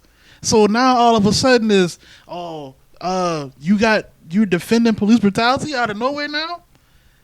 You know what I'm saying? Like, this shit don't make sense to me, bro. Like, y'all get what I'm trying to say? Yeah, no, I get what you're saying. And another thing, when he was saying, even with that, he was saying like they dead, like the police are dead wrong for it, but he keep trying to attach, and many others, y'all keep trying to attach what y'all do in the streets as to us not caring about each other, and that's not fucking true. Like, it's no correlation, because we can want to hold police accountable and still have a problem with us killing each other at the same time. That doesn't mean that we're giving us killing each other a pass. We still want accountability on that end too. Black Lives Matter can't matter until we care about each other. Like, no, nigga, this is the stupidest shit ever. Our lives can matter amongst ourselves, and we can still not want these police to kill us for no fucking reason. Exactly. Like, that don't. And once again, it's like a broken record. We're the only group of people who get that fucking tag. You never hear Italians killing Italians, white on white crime, Chinese killing Chinese,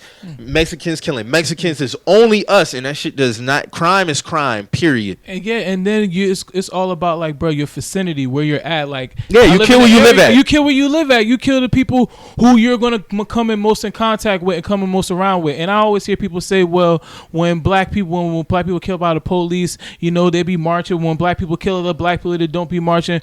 Because, my nigga, if I fucked around and killed Mike and the police catch me, I'm going to fucking jail. I'm getting prostituted to the fullest extent. I'm going to jail, my nigga. Justice has been served. Or if Mike killed me, you know what I'm saying? There are organizations that are against, community violence as well, too. So, you know what I'm saying? It's about justice at the end of the day. And niggas keep missing the fucking point on purpose. Like, stop doing that shit, dog. Stop trying to attach that shit. Like, even while I was listening to Button Podcast, and Mo was talking about that shit. Like, bro, y'all purposely missing the point, dog. Like, I literally hear this nigga Button breaking it down over and over again. It's like, but why can't you can do that? But it's separate, and it has nothing to do with like you said. When you kill me, you taking your ass to jail. Justice is served. So when these cops now, it's 2 black lives gone. Exactly. So then when a cop kills me, this motherfucker going back home. Administrative leave. And bro, he got a GoFundMe that been set up. At least got $100K in it, so he good. And you know what the most wicked shit is? If I kill, or if I kill another black man, if another black man kill me, even if we got, we gotta have evidence. You have to go to trial. There has to be some type of due process with that person. When crack ass police kill black people, dog, these niggas don't even make it to the trial, my nigga. Yeah, that should be getting thrown out. I know for a fact, if I shoot another black man, if I don't take a plea deal, my shit going to trial. Yeah. Mm-hmm. And it's after that point, it's up to the DA, it's up to my lawyers to how I'm gonna win this shit. But at the end of the day, my nigga, the opportunity of justice is going to be served.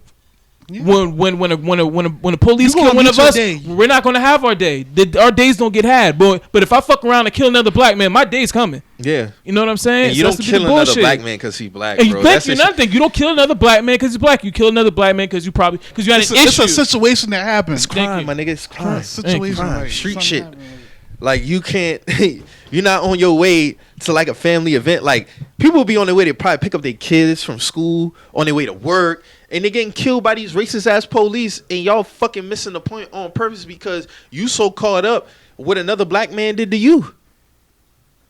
But but the thing is, like, you already knew what you were signing up for when you jumped in the streets. You did that. That's the shit. That So you can't try to use that as a crutch. Well, what about this and that? Like, nigga, you know what comes with that life. Yeah, about to say, because Ma was trying to use the excuse of a nigga run up in my home and shit like that. I'm like, fam, if you really want to be technical, why is a nigga running? Why is a nigga running in your home? You have to be involved in the streets, or if you're not involved in the streets and you're a person, and if you're a random situation, then my nigga, if everything comes to play, if you are a willing civilian and give up the information you know or whatever, and the police find this nigga, that nigga's going to jail. That's justice, sir. That's justice being served. You're a civilian. You're a civilian at the end of the day, so you're going to jail. You know what I'm saying? I mean, the bruh's going to jail. Maul do that shit. Maul try to blend his point of view with street. He try to blend street shit in his shit, and it's like, my nigga, like, no, like, shit don't apply. It don't apply to you. George Floyd wasn't a street nigga. Breonna Taylor wasn't a street person. These ain't street people. Stop trying to attach the street shit to when we getting killed out here by these police. What about gang initiations cutting innocent people? That's something that people need to be. That should be accountability for that. Yeah. I feel like that. Yeah. I feel there should be accountability for that.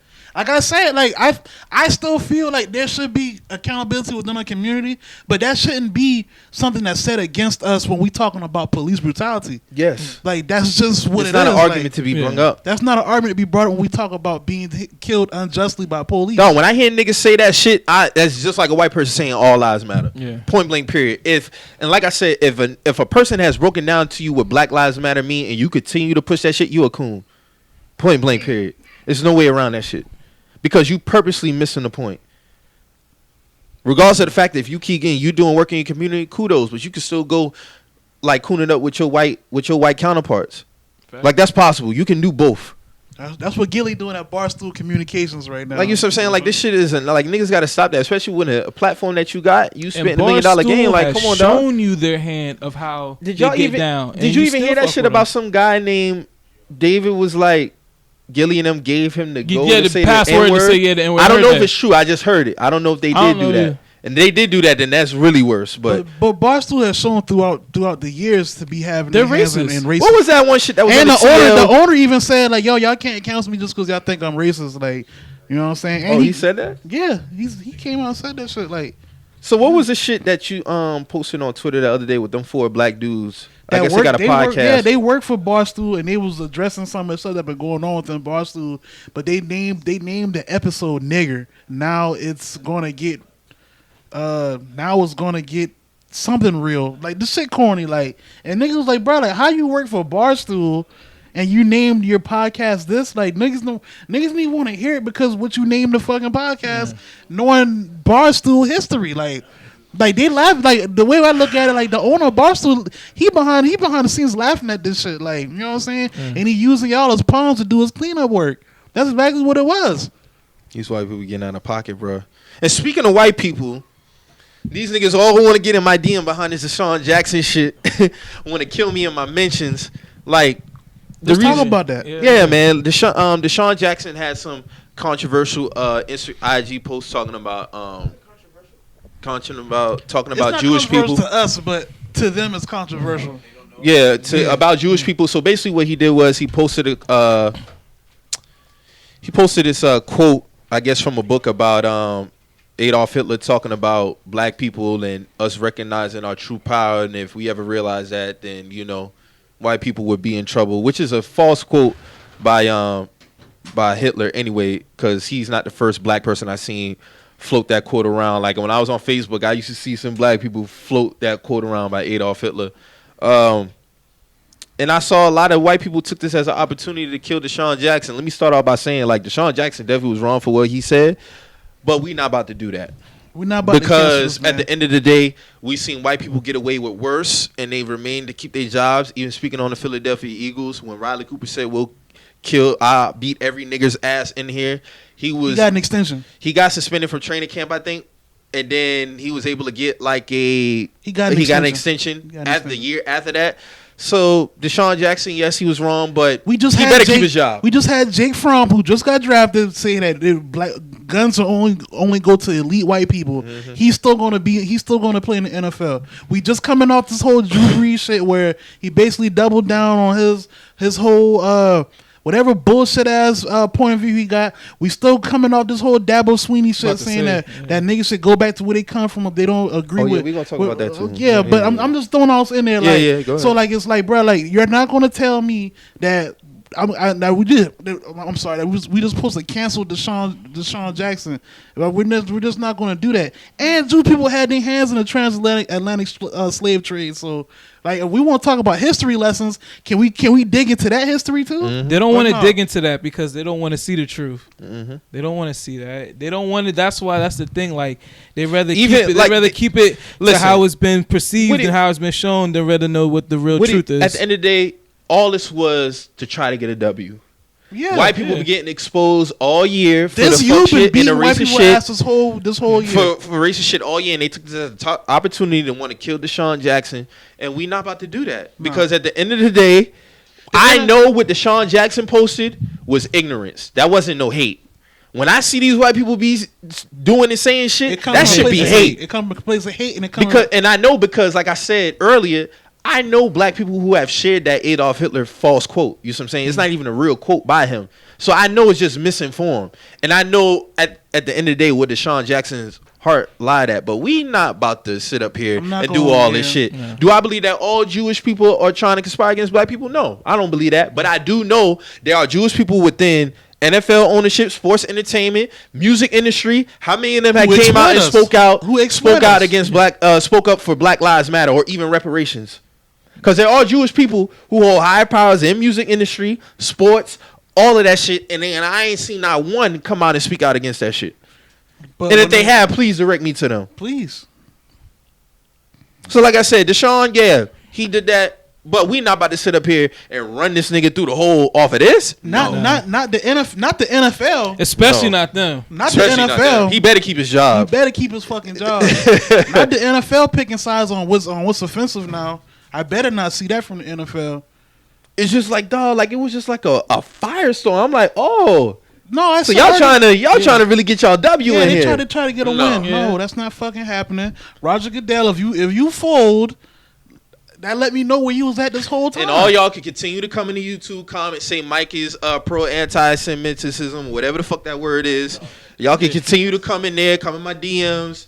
None of that shit bothers me. I sleep good at night, and none of y'all about to do nothing anyway. So this is not new to me. I remember 2016, like white people was like, oh, like I'll feed you with lead, all type of crazy shit. I don't run from nobody. So if y'all want to do what y'all want to do, is what it is. Pussy. Yeah, it is what it is. I thought that shit was when Drew sent me that shit. I'm just like, oh, okay.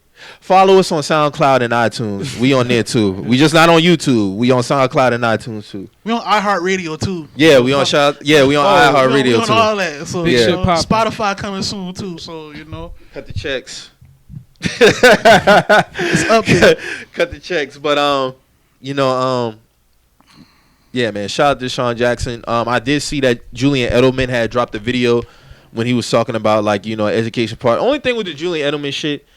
I don't. Is it time to have these hard conversations because this happened? Because I never seen Julian Edelman have a whole 3-minute video talking about having to try to have hard conversations. Nah, this only came out now because you feel offended now. But what about us? We've been feeling offended, dog. Like we've been feeling like this. So I just feel like it's weird.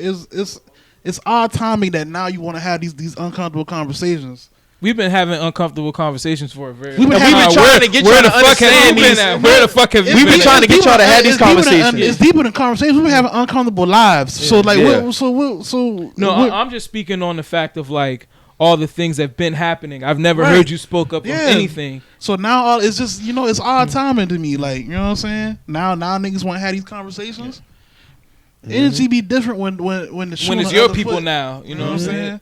But I thought when it's time to say all lives matter, our lives should matter with y'all. But y'all only use that shit when it's time to speak against Black Lives Matter. That's why we saying Black Lives Matter. All this shit tie in, bro. So Gilly, you a fucking coon, bro. That shit was nasty, bro. That shit was nasty. Then the fact that dog even tried to double down, like that shit was just. Man, nobody trying to hear that shit, bro. That was really on some Jason Whitlock, Terry Crews shit. No, he's in that house.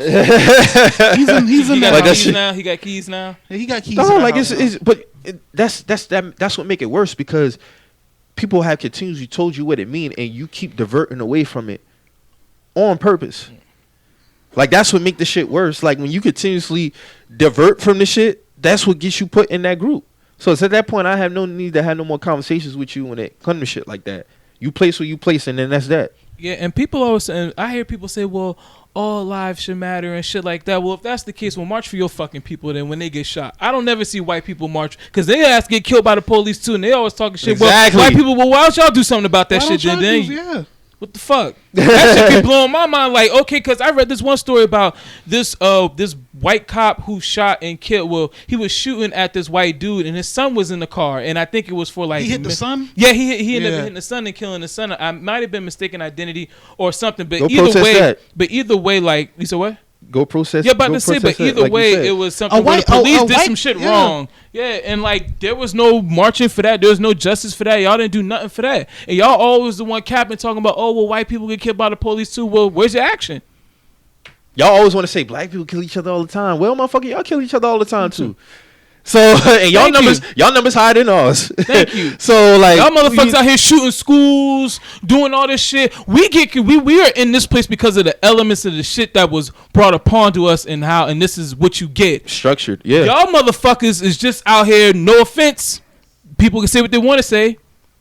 Being in y'all nature's best. Yeah, like Plies Savage. said, Like said people say something whatever yesterday. the fuck they want to say. Black people, we are not savages, my nigga. Yeah, We we're are not made like that, bruh. We are Not. not made like that. I saw Plies put up a tweet yesterday about racism. I'm like, bruh, like black people can't be racist, bruh. Like, don't even pay that shit no attention. Like, we just can't. Like, it's just a fact. Right. So, at the end of the day, man, like, you know, gotta separate, man. Gotta separate the coons from the other niggas out here, man. Like, So we Just got talking, no we time to talking have about no Dabo? energy. You want to talk about Dabo? just make it clear to Clemson alumni, like, niggas ain't trying to make y'all give back y'all degrees, trying to make y'all denounce y'all school. It's a very simple fucking question that niggas was asking on the TL, and niggas chose to Eurostep that shit for whatever reason, to protect their ties or whatever. If niggas is checking y'all about speaking about Dabo, then That's cool, that's stay a over bigger there. problem. That's Don't- a bigger problem to me. No, that's a bigger problem, but stay over there with that. Don't dance with me when I ask you a direct question. Like, if niggas is checking you because you speaking about Dabo, say that and move along. That's it. Because I'm asking you a very direct question. If with this man saying, y'all seen the clip, everybody heard it. This man told y'all we need to leave if you don't like what you experiencing over here. That's some racist shit, and he's a racist. So like my question to that is, throughout time, just my short time being on social media, I ain't gonna say how long I've been on there, but I'm just saying. So my whole time, you know, especially in this climate, whenever a racist has been exposed for being racist, what happens? When Niggas people- wanna get 'em out the paint. When people do Twitter, do your thing. What's the intent behind that? Getting niggas Out of the hitting paint. niggas pocket, getting niggas out the pocket, out the paint, right? So why is it such a hard thing to ask for Dabo to leave the program? If he's been exposed as being a racist, and y'all saying that he's racist, why we can't ask Dabo to step down? Let them boys been 2-12. It would have been a different tune. They would have had that nigga upright. Oh, you a racist and our team trash? Resign. Oh, but resign. but fire. you won us a national title. You beat Alabama.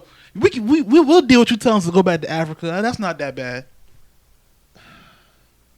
Honestly, bro, at the end of the day, bro. Am I tripping and, or not? and people trying to make it more like, dog, you can root for your team. It's okay. It's okay. You can root for your team. Mike, I had a racist y'all owner. had a racist owner. Yeah, I had a racist owner. I still love the Panthers. It is what it is, but I can acknowledge both. You see what I'm saying? All we saying is if Dabo Sweeney, he's a fucking racist. Now, if you're a black parent, you still want to send your son there? That's you. That's you. That's on you. you. I don't have no beef with that. I asking people, I know is racist. what this I man know saying racist not gonna be is a overseeing racist. over my child. Period, bro. Yeah, facts. Y'all had no problems calling Drew Brees one.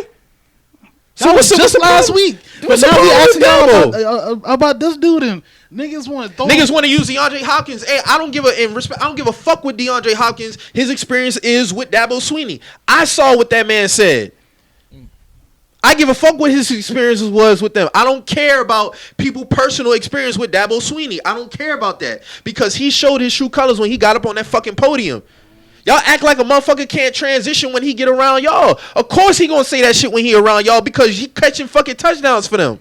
It's very simple. He's gonna cheese up and smile. He's gonna cheese up and smile in y'all face. He has This to shit do ain't that. hard. He knows that in order for him to win, he has to appease the players. Exactly. So he's gonna say whatever. Of course, DeAndre Hopkins. Say. DeAndre Hopkins say was whatever he arguably gotta the best do. receiver out of Clemson. Of course, he gonna had that experience with him.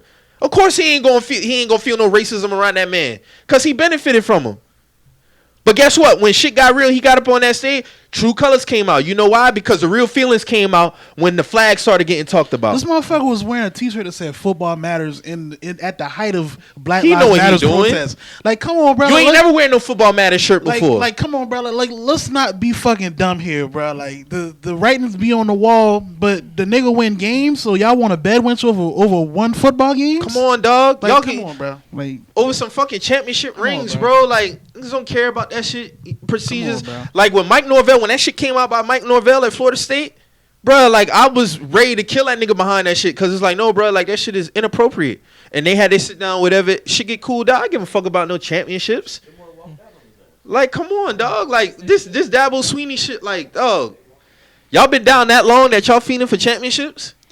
all I know is when, and just deeper than Dabo Sweeney, when you go against another black man and you start taking other shots, you try to take shots at another black man in the name of a white man. That's just nasty. Like that's all I can. That's all. Niggas be trying to use their degrees as a fucking really crutch. Like you don't give a fuck about your degrees, and nobody asking y'all to get them shits back, and nobody asked y'all to denounce your school. Nobody said none of that. Clemson and Dabo is two separate fucking things. No, and then another argument was, well, we got all these buildings here named after slave masters, but y'all mad at Dabo? Bitch, we want that shit renamed too. What you talking about? But see, this is the thing though. If Dabo said them comments and statements and Clemson didn't do any type of punishment or anything, then what does that say about your school?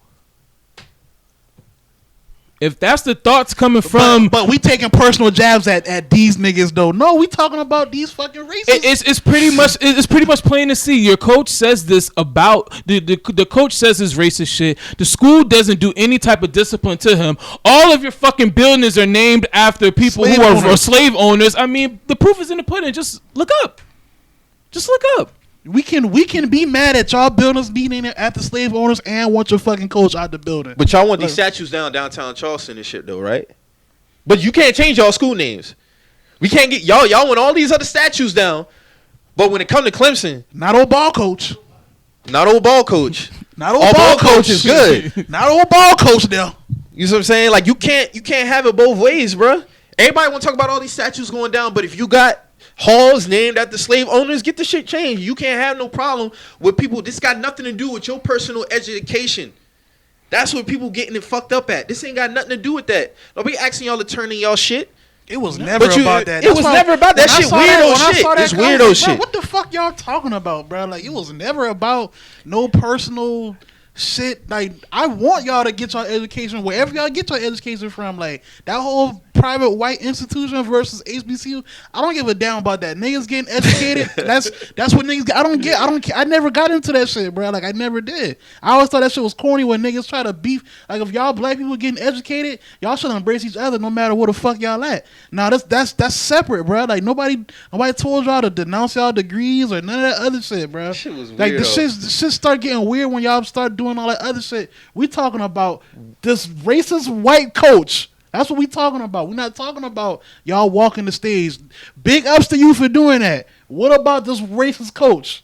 That's what I'm talking about. And in saying that y'all have a racist coach, talking about us getting tired. I can still want y'all to change y'all fucking buildings named after slave owners. There's still duality here. Like I don't like just because I'm putting the heat on Dabo, he's alive. Them crackers dead. Exactly. Like I don't care about that. Like you know what I'm saying? Like and even that's even separate conversation about sending your child there. Like we always talking about us having the power, and it's another conversation I want to talk about with Gilly, who was also loud and wrong about this too. All this shit tying together. You cannot sit up there and say that, oh, I'm gonna send my kid to a PWI or predominantly nationally televised school because he's gonna get more exposure. No, that's a false statement. And that's the the player old way of always thinking. dictates the exposure, no matter Facts. where the fuck you go at. Facts. Look at LaMelo Ball. He's all the way in Australia. They ain't never had no exposure out there. Guess what? He's gonna be a top 2 pick in the draft. They was not so talking about Australia basketball until LaMelo exactly. basketball So went there. the player always determines the exposure at the school. And that always. And he was going off the fact that bro who started or who's going to Howard, right? Mm-hmm. And but what this nigga doesn't realize, like you said, the players dictate the school. Howard was on ESPN, like I think maybe like they've been 5 on or 6 ESPN. times this year. With bruh going there, or maybe I think it was either 8 or 9 times. But bruh going there is going to easily triple that coverage for them boys. Easily. Like, niggas act like these schools already be having TV coverage. Is y'all just don't be watching it. They make Like- it seem like we need them. No, motherfucker, we don't need y'all. Y'all need our black players, This- our black top recruits. And there's so many outlets for players to be Yeah, shown they don't and even gotta go to exposed. fucking college. They don't even have to go to college, bro. You know what Especially I'm saying? with these rules changing now That for G them being League able to shit get kind of changed that too. So. yeah, for them getting compensated and everything. Like I ain't mad at it, dog. But when y'all speak on y'all platforms, man, you gotta speak right, dog. Like have the right information out there. I'm not beefing with Gilly if he want to send his child to a Duke or North Carolina, but don't say that they're gonna get more exposure if they go there, because that's not true. Because Your child is gonna boost whatever fucking school he go to. if he's good, he's good. Yeah, if he's good, he's good. It Look don't what- matter. It don't Yeah. like Davison. You can I've take never your heard ass of to the Davison Middle East until and play in Steph Curry. Israel, and you still gonna be the #1 draft pick. I never heard of 100%. Davison until I saw Steph Curry. Like, you know what I'm saying? Yeah. So it's and then you got highly touted players who go to these, big schools and they get lost in the shuffle. And then you got a nigga who go to John, like a nigga like John Moran who go to Murray State and completely turn shit out. Exactly. It don't. If you're good, you're gonna shine regardless of where you at when it comes to sports. Yeah. And I hate when niggas So- try to use. I hate when niggas try to use the premier stars at these colleges to try to justify coaches like Dabo Sweeney. Like, of course, Dabo Sweeney is gonna be nice around Deshaun Watson and DeAndre Hopkins and Sam. Of course he is. Of course, those is premier fucking players. He's gonna have. But when they had the shit about the one coach who called the player a nigga on the field, he wasn't no premier player. You see what I'm saying? Oh, he shouldn't have. He's talking about, he didn't say it, but he shouldn't have said it. Dabo, what the fuck are you saying? You just said that the motherfucker didn't say it, and he didn't say it in that. No, it is no context when saying that. None. you either said it or you didn't say You it. either said it or you didn't say it. Yeah. Now Dabo definitely showed his colors. Yeah, he showed it 4 years ago, and then Yeah. he tried to double. Nah, dog, fuck all that. And then anytime they win a game, he in the fucking locker room doing all black dances, like dabbing and all this See? other shit, and black people glorify him for doing that goofy shit. Uncle Dabo, y'all Like, get the fucking fuck sick, outta here, bro. man. Y'all are insufferable. That's my new word to use on the Yeah. timeline. I'd rather niggas just bow out than try to argue this shit. Yeah, like Yeah. don't try to talk to me crazy and then you wanna Like me and Mo was clearly asking y'all direct fucking questions and y'all making it something that it wasn't. Yeah.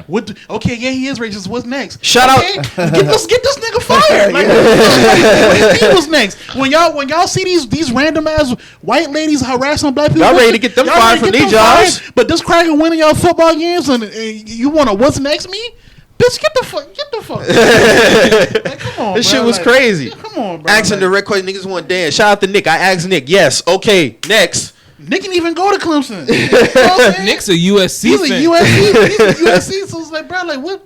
Like, come on, bro. It's not that hard, bro. Like y'all was quick to get everybody else out the paint when it comes to this man. As long as he winning y'all fucking championships, but like other people were saying, I was saying, let y'all have been winning 2-3 games out the fucking season. It's It tiring. would have been a different. It would have been a different tune. It's tiring. Okay. But I really hope Cam Newton brother probably I really hope he reneges on that whole shit, because he was the quarterback at Howard, which is a HBCU. But I know he's transferring. They said that he's transferring to Auburn to follow Cam. Yeah. But I just really hope, like, with all this shit that's going on, I hope this man If he reneges. stay and then with Maker come in there, that would be good for both sides. Yeah, no, dead ass. Like, I mean, the man, he did his thing at Howard. You know what I'm saying? I went up to homecoming probably his freshman year and saw him ball out. I mean, the man got talent, and also that would be a good way for Clemson players to go to damn Howard. You know what I'm saying? To have a great ass quarterback, that would be legendary. You know what I'm saying? Like truly. even when DeAndre Francois, the quarterback from Florida State, when he got dismissed from school, he went to Hampton. Mm-hmm. You're saying he entered the draft. I think he went undrafted. He didn't get picked up, but he went to Hampton, played football. You see what I'm saying? So we got to start getting to a point where if you get in recruiting letters Florida State and the Howards hold the same weight. Yeah. That's where we at with it. That's all. That's all we I'm saying. Yeah. 'Cause it's like I'm not beefing with you. Of course, I'm a Florida State fan. That's all day, ride or die, Seminoles all day. So I'm not mad if a top black player choose Howard over Florida State. But we got to get the tide changed. They all deserve the same amount of respect. That's all we saying, These dog. black schools get thrown to the wayside, bro, and that shit not right. And then if you look in the NBA, most of the top players now have all came from mid-major small schools. If Yeah. you look at your Kawhi Exactly. Leonards, you look at Damian. your Paul George, Kawhi your Leonard Damian went to San Lillard, Diego, your bruh. McCullough. You know what I'm saying? But and then in a misconception about a lot of HBCUs is that they're not Division One. A lot of HBCUs are D1s. Division Ones. You know what I'm saying? You're going to have. I think your it's about chance 15 if schools you that make are it to the D1 tournament, in bro, you're going to HBCUs. have We're your gonna have a chance chance, to bro. play against those Yeah. Dukes and North Carolinas. I mean, shit. You just got to win your tournament. Yeah, Norfolk State. Ain't George Mason a HBCU? No, I don't think they're HBCU, but I remember Norfolk State had knocked somebody off recently. Yeah. Norfolk State. Fucking, I mean, George Mason might be a HBCU. Let's not forget about St. John's that has St. been John's? fucking up the tournament since what? They was in the Big East. Yeah, I Yeah. mean that's all a full black squad. hell yeah. I mean, I've never seen a white person play for But St. yeah, John's. that's good that you mentioned that, Marcus. A lot of people don't think that. There's about 15 HBCUs that are D1. Yeah, they're D1 schools, bro. Hampton, And like you said, you get to the Howard, D1 Morgan State. Even yeah. outside of that, if Zion would have went to, he still would have been the number 1 draft pick. Zion it don't coulda matter. Zion could have went to class. Ja Morant. It wouldn't have mattered. And ESPN would have been at Claflin every game. Every fucking game, dog. and who's from Murray State? I think the only they Who else can win the Murray Cameron State? Payne, Isaiah Cannon. I remember Isaiah Cannon. He played for the Bulls for a little while. Yeah, I think those were the only two. But more so with basketball, you could pretty much go to any school and Yeah, be you can go good. to any school. Yeah. Football might be Football is a different. little bit different. But yeah. basketball, I mean, dog, there's a dude who's super nice in JUCO right now that he was supposed to go to Louisville, but he said he was going to go straight to the draft, and they got him in the first round. And bro is playing at a JUCO.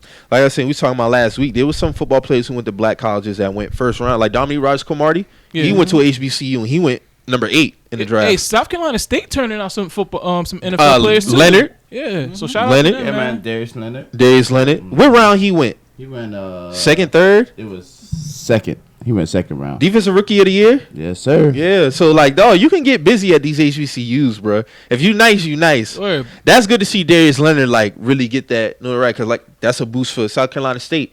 That can be more pro scouts coming to their games and shit Yeah. like that. So That's definitely what's going to happen. And also, like, Darius Leonard has used his platform throughout this time to even speak on injustice. Because this man, he's out the sticks of South Carolina.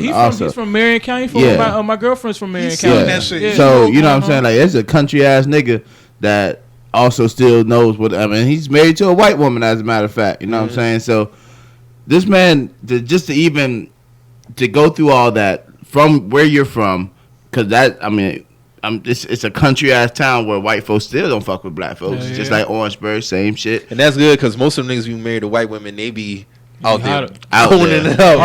Yeah, boy. yeah, but he took time out there marching. Also, he dealt with an unjust situation recently that he spoke at out the on. Chipotle, right? Yeah, Yeah. So you know what I'm saying, like that's big to see.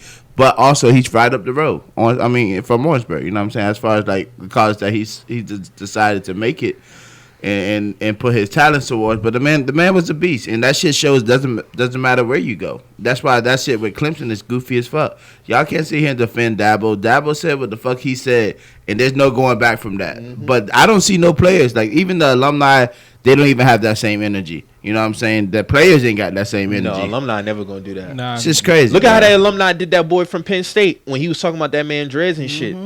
yeah. He was part of the alumni. Because you know why? The alumni cut checks. And So they- when you win, that's where the bulk of their money come from. The alumni. The boosters. So they trying to protect their interests. Oh, no, we got to keep Dabo here. I'm a Miami fan. I know what a bad booster can do to your football program. So, Nevin Shapiro, boy. facts. He just got out of jail, too. Shit is wild, dog. Like, and then, like, dog, like, even outside of that, bro, like, why wouldn't you want to go to a predominantly, like, even with me, right? Like, I went to Star High School. You know what I'm saying? Like, that was nothing but blacks in our school. You know what I'm saying? We might have had about, I'm not even exaggerating, we might have had about 13 white people in that school. I'm not bullshitting. So just like, even within you that. went to Star like during the prime, like Yeah, before there was a bunch of movement on that fade. You went it's there different now? It's a little bit more mixed now. Yeah. It's a little bit more, Oh, more okay. mixed now. Yeah, so like when I was at Star, like I love we got a bad rap, but I was comfortable within my environment. So I knew even if I was to go to college, I would want to go to a fucking HBCU. I went to a HBCU. What school you went to? I went to Morris College. Morris College is a really small school in a small ass town, but at the end of the day, it's still education. Mm-hmm. It was still accredited. I still learned the same things that you would learn if you went to a PWI. I mean, nothing was really. I mean, from my experience, but the thing is, even as a HBCU, my school was very different. Like, cause you got your HBCUs like your Howards and your South Carolina State, your pristine HBCUs, and then you got your shit like your Morrises and your Denmark Techs and your Allens and your Benedicts. Mm-hmm. It's a HBCU, but it's totally two different experiences. Like my nigga, I was in a dorm called DKW, nigga. My dorm was the trap. As soon as you hit the front doors, my nigga, it smelled like straight gas. Mm-hmm. As soon as you bust the left, my nigga, there was somebody selling pork chop sandwiches, somebody selling Swishers. Somebody selling fucking anything, niggas gambling under the stairwell, niggas selling weed out of literally every other door. You was in the Carter. Yeah, I was in the Carter, bro. But a lot of HBCUs, like a Howard experience, is not like that because they're a pristine school, they're upscale school. My school, was I like heard some school. HBCUs have became predominantly white. I wouldn't doubt it. We had 2 white people on our campuses. And I know them niggas is going to school for free. I know them niggas going to school for free. Them boy, hey dog, white people. And I also want to see a lot more other HBCUs. Yeah. Them boy get the free bands if they white and go to a black I want to see a lot more HBCU. other HBCUs besides Howard and Grambling and get more of the big money. When it comes to this shit, like all I really it just ain't Hampton and Grambling, bro. And fucking in Morehouse. Yeah. You know But also stop playing with these HBCUs and trying to line them up against like Alabama and Florida State just for a fucking check just to get blown out 50. $500K. You know the what boy I'm ain't saying? turned on that $500K though. Like, come on, man. Like, stop. The boy ain't turned on that $500K. I get that, but give them the opportunity to make this shit a challenging game versus, you know what I'm saying, as far as bigging up these schools with the I talent. be wanting them boy to get a W and get the bread. Dead But they don't be happening. That's happened a couple times though. ass. Nah, they've been shockers. Appalachian State went to Michigan, got that bread and beat them. that. That when our Money Edwards was up there, them boy did their thing. I remember that. That was good. Them boy got their money and got the W. So, but most of the time when them boy do that, it be for like the prep for a big game right after that shit. Yeah. So, you know. But I also want to see more of the black college football games like on ESPN because they only show the Southern Classic on ESPN. Yeah. Between Southern and Jackson. Is it Jackson State? Yeah. And when it comes to the talent in South Carolina, when it comes to sports, we got how much HBCUs? We got like maybe four. Who all got football programs down here? Just state. Is it just state? I think just state. I think for as far as for the HBCUs, no Benedict. Yeah, Benedict too. But there's a lot of good talent here. Like South Carolina, we need to keep that shit in here. You know what I'm saying? It would take a big wave if you were to get like 15 to go to like a HBCU. It'd be like okay, just start rolling up. I bet you they get more games on ESPN.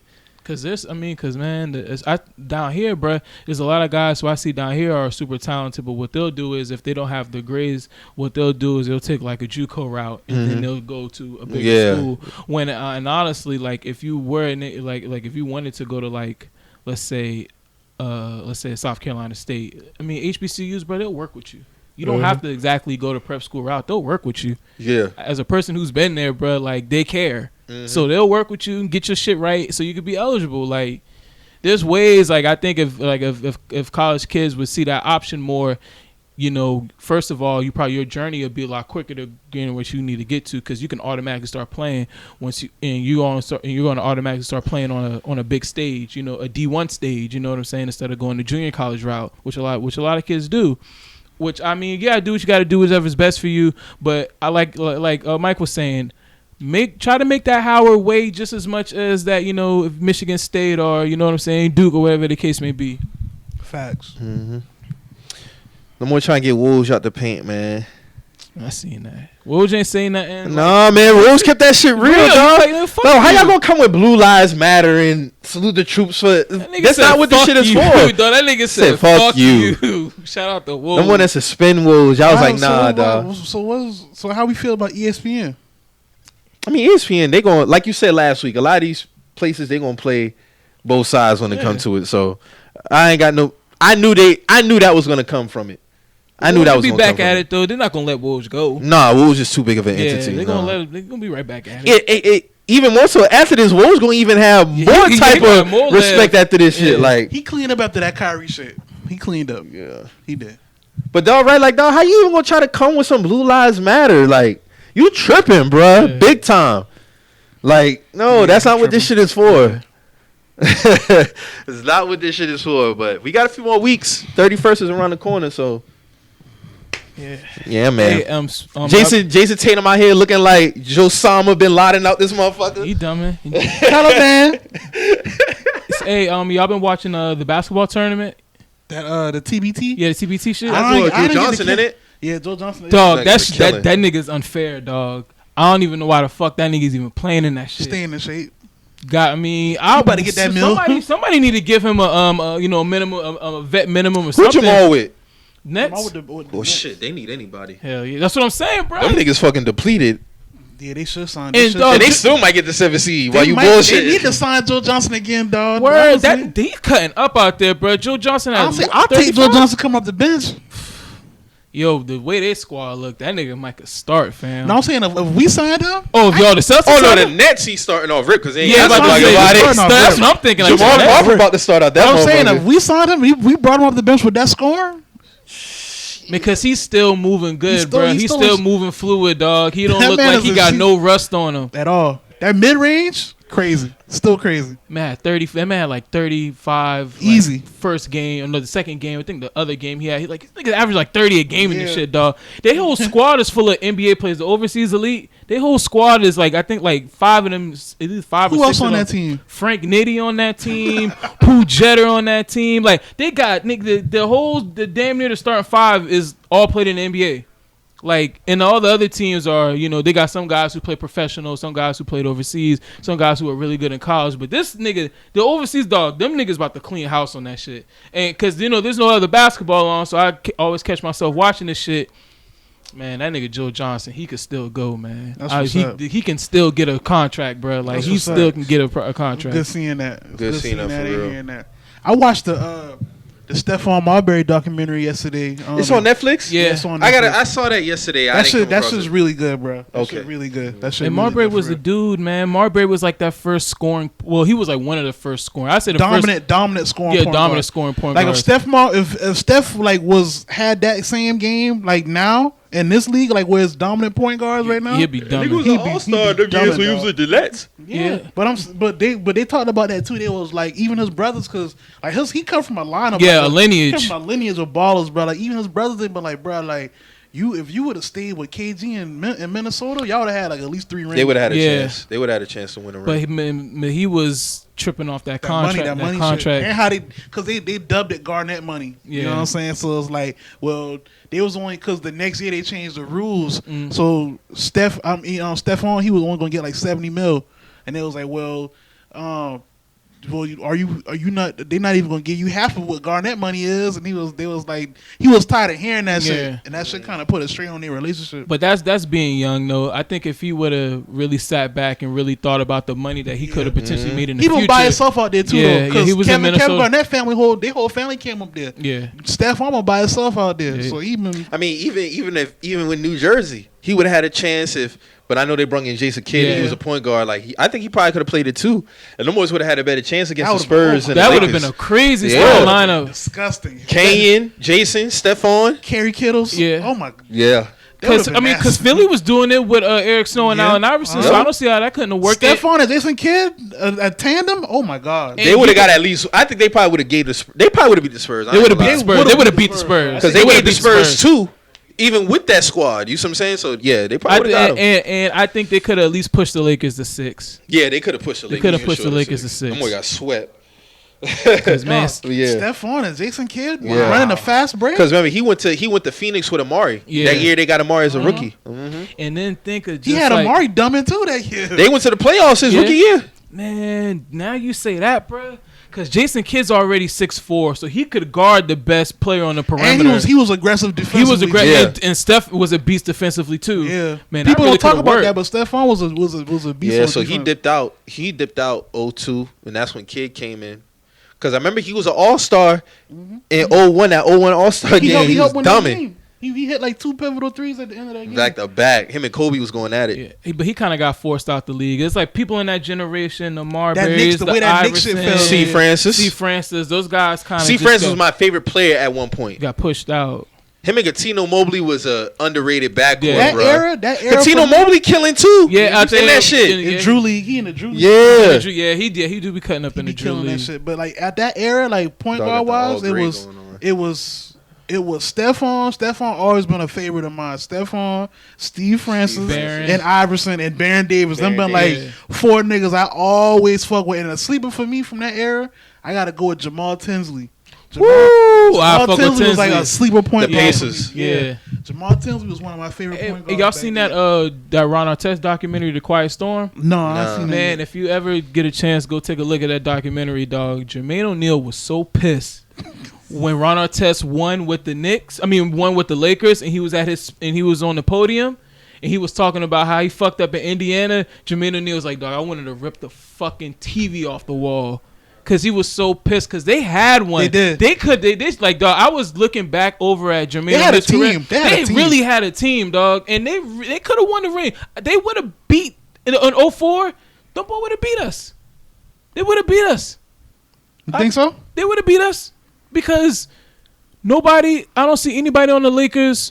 Because, I mean, first of all, the You front talking about line. the Pacers? Yeah, they would have beat us. The front line of them niggas would have beat us because they had Jermaine O'Neal, they had Austin Crozier, they had a couple other people. Then on the wing, you had Steven Was Jackson. Jalen Rose still there? No, Jalen Rose wasn't there. But you had Al Harrington, you had Yeah, Steven no, Jackson. they had goons on that Yeah, team, they bro. had a team. Them boy probably, and I think, You talking about 2000? no, 2004, when the Oh, Palace at 4. the Palace and Yeah. all that shit would start It happening. was Steven Jackson, Oh. Ron Artest. They still had They did get Jermaine. Jermaine had they had Jermaine. They had And they had Al Jermaine when Harrington Jermaine still. was like, when was Jermaine peak. was at his peak, you know what I'm Yeah. saying? J.O.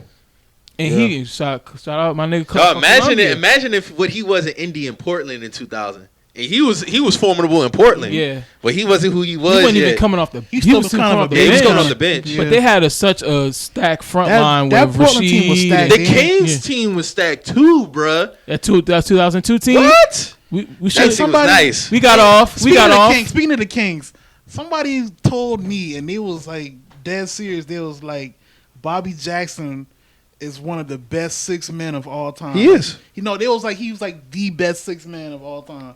He's not the best. He's one of. He's one of them. He's at the Lou and he's definitely at the Lou and Jamal for sure. Yeah, for sure, He yeah. won 6 man of the year. That's what I'm saying. They was like he's better than them, and I was like, Nah. But Bobby I'll hits a group him with really him. big shot though. that's what I'm saying. Yeah, I'll group him with him. I'm not gonna put him. He's over not them. better than Lou He's and not Jamal, better than them no. at all. But Bobby hit some big shots though. Hell Like, yeah. He hit some clutch shots. Yeah, yeah. But yeah, we got off game 6 in that series, you know. Shout out to Tim Dunn. We got off game 6, you know. Had to do what we had to do, make the phone call, push the button. So that was love, and bro. outside that though, it was a good series. It don't matter. We was gonna. I win didn't think game 7 Vladdy was anyway. gonna hold up That the nigga- bid that the way nigga he Weber did. looked shook, nigga. Nigga, we was gonna win that shit was- any he was- fucking he way. was- That nigga he was was back in shook. Michigan. Hey, he was That giving nigga y'all shook. 23 a night though. But that in the game 7, that nigga was shook. He was back in Michigan. Yeah, That game was close though. That game 7. Mike Bibby had to bring that shit home. yeah, he had to bring. Yeah, but we still won that thing. Yeah, y'all won it. Y'all won it. Kobe did what he had to do in that game 7 for sure. 31.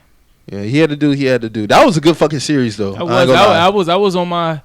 I was online. That's And Robert Ory game 4 shot, cause y'all niggas would have been 3-1 in the hole, and I don't think y'all was coming back from 3-1. We probably No way would've- y'all coming back from 3-1. Because if he would have missed that shot, we would have had to go to fucking Sacramento. Yes, for a game 5. We was losing that shit. Them cowbells We would have probably buried gonna y'all. lose that shit. Them cowbells was gonna bury y'all. Man, listen, it's certain courts that I felt like, you wasn't the crowd wasn't gonna let y'all win that bitch, and it's like Boston Garden and fucking at that time Sacramento, Yeah. it was hard to go into Sacramento and win a fucking game, bro. Detroit was like that too. Yeah. Detroit was like Man, that. y'all, there was a point in time when the Pistons weren't even letting niggas hit 70. Y'all remember that shit? Yeah, they held the Lakers under. What they held y'all under? Like Man, they got y'all 61 Y'all, a y'all, couple of wasn't, y'all times. wasn't cracking 75. You bro. got Like, online, man. That 04 season with us, that was like one of the. That shit was what just y'all- all over the place. That was y'all man. gift for signing Nasty Man Malone, bro. If y'all would have just signed GP and not get not Nasty Man, y'all would have been cool. And you know what's so crazy? I really didn't know too much about that shit even at that time. Like I used to hear whispers, but I didn't. It got heightened after like, you know, at time after he had like officially retired and shit. Yeah, because people ain't nothing else to talk about Karl Malone. Like when Carmelo is just known as one of the that's best what I'm power saying. forwards. He didn't win a ring, so okay, what else do we talk about with him? Oh, he got this. That's what we talking. That's what we gonna talk about. So that's how that cookie crumble for him. Y'all got anything else y'all trying to get into, or what's up? The entanglement. This niggas want to talk about the Oh entanglement. shit, we forgot about that shit, Y'all Niggas man. want to talk about the entanglement. I just want to clear what I said. Niggas- Now that I officially done got the official word, dog. August is it's a wild boy, man. August is a wild boy, It's a wild but boy. Jada a wild woman too, though. She gonna, Is she wild? just let or- me know. A woman will make up a whole new word that niggas don't even use. Oh yeah, she before tripping they for that. Just say y'all accept fuck. it. Accept that shit. Like you was fucking off, and the nigga ran his mouth. This whole entangled, entwined bullshit. Y'all was like, fucking. Y'all had a was relationship. Like she do this shit where like she get like T.I. when she use all of these big words to talk in a circle. Just To make it sound cute. And that's Yeah. why Will had to say, yo, what the Yo, fuck you- happened? You was in a relationship. What happened? That's what Will had to break. She was like, that "What you shit down. mean? What happened?" Then she tried to, well, it was so long since I felt good, and it just felt good helping him feel good about himself. Yeah, you made that nigga feel good, alright, bitch. Yeah. That nigga definitely was pussy whipped. After looking Yeah. at August, I seen the last couple tweets. That nigga definitely was. But He's dog, hurt. like He I, hurt. I can't even He not hurt. blame this nigga. I dog. said, Like, I said, dog, I don't blame this. I nigga, can't. like, I Nah. can't even be mad at dog. Like Nah. dog, like you. This is Jaden, dog. Yeah, I ain't lying, bro. You stepped out of yourself, but it's like a lot of niggas would have did the You same know why? shit You know why I'm probably, not gonna do fam. that? Because it was 4 years ago. And I'm not saying there's a timetable on your feeling, but at the same time, my nigga, it was 4 or 5 years ago. Yeah, I can You understand know what I'm saying? that. And then at the same time, too, Even with he it said being Jada, is Jada so my nigga like, and niggas can feel however they want. She got a family, man. Even they said She that. got a family, man. Like, Even- dog, don't put that shit out there, even dog. Will, Like, even Will said that he was like, well, we both kind of dealt with this already 4 years ago, so it's like the why now factor is kind of like, you know, why. and even credit to them for not really shitting on August in the shit because No, you know, ain't no need to. and like I said last week too, like I'm just glad the nigga more so than anything is doing better health wise. Right, Because this nigga was dealing with a lot. he was about to almost go went, blind. He almost went blind. He had his kidney fucking failure. up, like, He was dealing he with was a dealing lot. with death. Like, But I'm not gonna shoot that nigga no bail when it comes to that shit. And he ain't had to go in on Keke Palmer like that, bro. She ain't saying nothing to garner that shit, bro. Yeah. She ain't saying nothing. A to hit garner dog that a shit, holler bro. though, so you know. But he's hurt. He He hurt. I hollered. get it. But we get on women the same way. That's what I'm saying. I got to keep the same energy. We get on women the same way about putting certain shit out there and then reacting. Like, dog, you got to keep your L's where they supposed to be at. And why are you exposing that shit? Like, when Brittany Renner exposed that shit with her and Colin Kaepernick is at a different place now. You know what I'm saying? We didn't love him then the way we do now. So for you to even come out at the height with all that shit, it's weird. it's weird. And just now with August and Jada, my nigga, that was 4 or 5 years ago. Granted, you hurt. You could do whatever you want to do, expose however you want, put in your music. But don't try to kill people for talking about your business when you chose To put it out. your business out there. You know what I'm saying? That's he the only did thing that. I'm going to say with He that. did that. I like on that topic. I can see both. He sides. wanted more. Yeah, Now after that interview, he definitely wanted to relate. That's what I'm saying. Like he wanted. It's a simple. It's like, bruh. He was young. He was in a vulnerable position. She was going through shit. He was a boy toy. I can see both sides of the spectrum. I can see the women's side of saying, yeah, I was fucking with this nigga, but I'm married. This nigga know I'm married. This nigga know at the end of the day, I'm it's not gonna love you how I I'm love not Will. gonna love you like how I love a nigga for 25 years. But Like, listen, I can see that, but I can also She gets shot more bail than if it was a nigga saying that though. Yeah. Hold on. I got to bring that up too. She gets shot more bail. Now see, this is why I always say when women always try to downplay that, oh, I'm not leaving my wife for you card. She did the same thing to this nigga. Like, I'm not gonna love you the same way I love Will. That's basically what she did to this man. And we say this all the time. A nigga cheat just to get a taste of something else, and we'll go right back. A woman do this, and a woman was more emotionally attached, but all of a sudden Jada can use I'm not gonna love you like how. And remember how me and you said last week, a lot of women not built like that. Jada is of the percentage who built like that. A lot of them ain't built like that. But you see, at the end of the day, what's the fuck she did, right? Yeah. She took it back home. So are you really built like that? Hey, you took it back home. At the end of the day, you still took it back home. Like I said, bruh, it's a lot. That shit that she told August is the same shit a lot of men tell these women all the time. Like, dawg, I'm not leaving my old lady for you. Like, she told August basically, you just a boy toy. That's basically all it was. And he was hurt. And he was hurt. But at the same time, I don't feel like he needed to check his emotions. I get as far as him saying that shit on that interview, but I can understand how dog was hurt. Like, bro, everybody everybody has done with a savage bitch, and the bitch done crush you. Like, damn, bitch, why you do me like that? I'm not even mad at him putting it. I'm not even mad at him putting it in his music. I can see because artists they express themselves through their music. I'm not mad at that. But when you actually like put it out there name wise, and she got a family, like even if I put myself in that situation and I know I'm the boy toy, and she got a family, I'm not gonna put it out because she got kids, you're man. You're not gonna put your whole heart into it, but sometimes niggas' hearts fall into that shit, especially if she telling you all the shit that you want to hear. She was telling everything she wanted to hear, and she was putting it down. So it's hard to beat, bro. It's hard to beat. It's hard to beat. This nigga probably just like me. He watched her on Low Down Dirty Shame. He probably, damn, I got peaches. Oh my god, dog. He couldn't believe it. Nah, he probably couldn't believe it. Couldn't believe it. And especially in the fashion, like, nigga, I'm sick. I need help. Now we connecting on a different level, and it ain't just like I just bagged you. It's like she was there when he was at his lowest. She probably put that shit on. That nigga eyesight probably cleared up immediately. Like, he probably was like, oh shit, this bitch healing me. It's some magical shit right here. I can't let this bitch go back to Will. Real shit. Hell no. You stay with me. Nah, you can't do that to me. But you saw what Will said too, right? He's like, I'm gonna get you back first. She was like, so hey, dog, she got something. She got something magical down there, man. Shit. She got something magical, dog. You are funny as that's real shit. Hey, that glaucoma probably was gone like bam. Like that shit probably been gone. And my dog hit him with that. And my dog hit him with that jagged edge. She can't love you. Word. And Jada was like, dog, like you just. I feel online like August in that situation. Jada come from a different era of niggas too, though. Like, you know what I'm saying? Like, I don't think August was even gonna be the one. That's like, vintage pussy, man. You know what I'm saying? Like, that's vintage punani, dog. That's vintage punani, dog. Like, you gotta think, Jada come from the 80s, 90s. This is a different era how niggas was doing. Man, listen, first use, man. I tell you, Fox music. Listen, I tell you that straight up. Like, Jada Pinkett is a very attractive woman. Like, I wouldn't really jump out the window for her like August did, but like, if it was Halle Berry, I can see myself being hurt the way August was for me. Cause I be y'all see it I be posting like Halle Berry, like her old shit. And even now, she's still like top tier. She's a beautiful woman. I would be hurt too, but I would have to control the exposure as like put that shit out there. Cause y'all niggas wouldn't let me go out like that. That's what I'm saying. I know me. You would have a conversation. I'd be like, Mike. Don't put that out there. Come on, niggas, Halle Berry, bro. Halle Berry. I know it's Halle Berry, but you gotta put your phone down, Mike.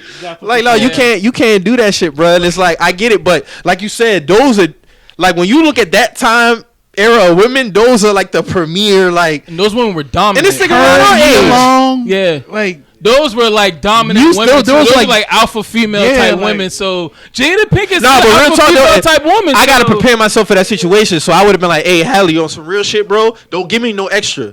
Don't be trying to get to me on no emotional level. None of that shit, bro. Don't do that. But don't do that. Keep it what it is. Keep that shit what it is. When you start telling me you love me and all this other shit, I'm a my mind going somewhere else now. My mind going somewhere else. My mind gonna go somewhere else, and I'm gonna think that this shit, and you ain't going nowhere. Straight up, boy, straight up. We gonna be connected some way, shape, or form. Don't play with me. You up here, you vintage, ain't you vintage? Like, no. She got an entanglement. Entanglement. No boy, always just say what the fuck it is, man. What happened, man? Just say what happened. Y'all had a relationship. That man GTD, man. Like, that's all. But I don't want to see men be getting killed for the same shit Jada doing, bruh. Real talk. Don't do that because that shit is real. Like, she, at the end of the day, August was the boy toy. She didn't love him the way that she loved Will. And that's just what the fuck it is. She's not going to lose her family for August Alsina. No. Maybe if it was like Denzel or some shit, but not August. It would have been curtains for Will. It would have been curtains for Will. And see, no, it would have been curtains for Will. It would have been curtains for Will, bro. It's over. Huh? I say it's a very select few women who move like that, bro. Like, they move like. Respect to them, Yeah. too. Respect to them. Like, they move like, dog, like, I'm not going to love you like how I love my husband. Like, let's not get it fucked up. Like, he the king at the end of the day. We did what we did. She said they were separated. Did what they did. But guess what? He did say he was. And to be honest with you, August that would have been more opportunity. So it's even worse. Like, damn, like, she was separated and I still couldn't make my dent. You see what I'm saying? Yeah. They were separated. He couldn't make his dent. So. But that was never going And the to nigga, happen, though, see, this man. nigga slick No on matter his how lyrics. big of a dick 'Cause I you listened to put. the album, and the nigga even saying like, "I told you I would wait," and she probably was like, "Nah, don't wait for me, dog. Don't wait on Damn. me. Don't wait on me. Don't It do that ain't- to yourself. Don't do that to Damn. yourself. Huh? But you can't knock Jada because Jada told him what it was, and I think I will if say Jada- this though, she might have prayed a little. You a think little bit A on little bit his of- feelings, because he was like you say he was going through a lot health wise. That's what I'm saying. He was fucked up. I think that's why it became how it became. I think if it was just on some straight, like, this nigga was healthy, he was in the shit, it could have just been a fling. But he was sick. All these other- she was yeah. sick. All these other components made it to where he felt very deeply in love with her. That's and why I say she didn't feel that. she got shot a lot of bail, because if it was the other way around, a nigga who was 20 years a woman senior coming and building up a broken down woman that he's older than, it would have been looked at completely different. Completely different. Even though he is of age, people try to say he was preyed upon because of his mental. Yeah, he was fucked up. He was fucked up. You got to think at that time, 4 or 5 years ago, August around our age, right? So he probably was what? 22, 23, 23. Maybe about 23, 24. August was fucked up. But man, Jada boy. yeah. I mean, it's Jada Pinkett Smith. There's some man that just do that to you, man. Stay the fuck away from them. Telling you, them certain type of women like There's something Halle, they just do Jada, to you, Erykah man. Badu, Nia Long, who else, Mo? Like, it's a group of them. Yeah. If you moving like that, class, I want it. Wreck me. Wreck I want me. it. Train If wreck I'm me. gonna be talking to Angela Lee, and I got my hair like that, I want it. Sign me up now. I want it. Take Angela Bassett, nigga. Shit. Her too. Oh, I'll take Angela Bassett. But Halle would be number one for me, for sure. I was looking at Boomerang the other night. I'm like, dog, Halle was so fucking beautiful, Elite. dog. Like, elite. Then Flintstones, Halle Berry? Elite.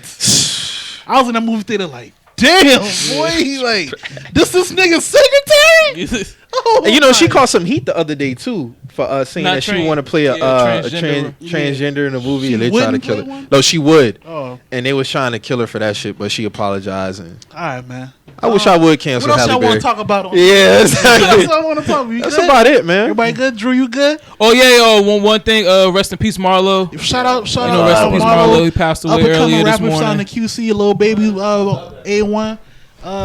Rest in peace, a little Marlo, man. I'm bumping little Marlo the whole day today, man. That shit For crazy, sure. bro. Y'all good? Everything up? Yeah. Like we say every episode, man, on Witness and Messages, if you hear anything, getting your feelings or you feel type of way, always remember, We just some messages. we out.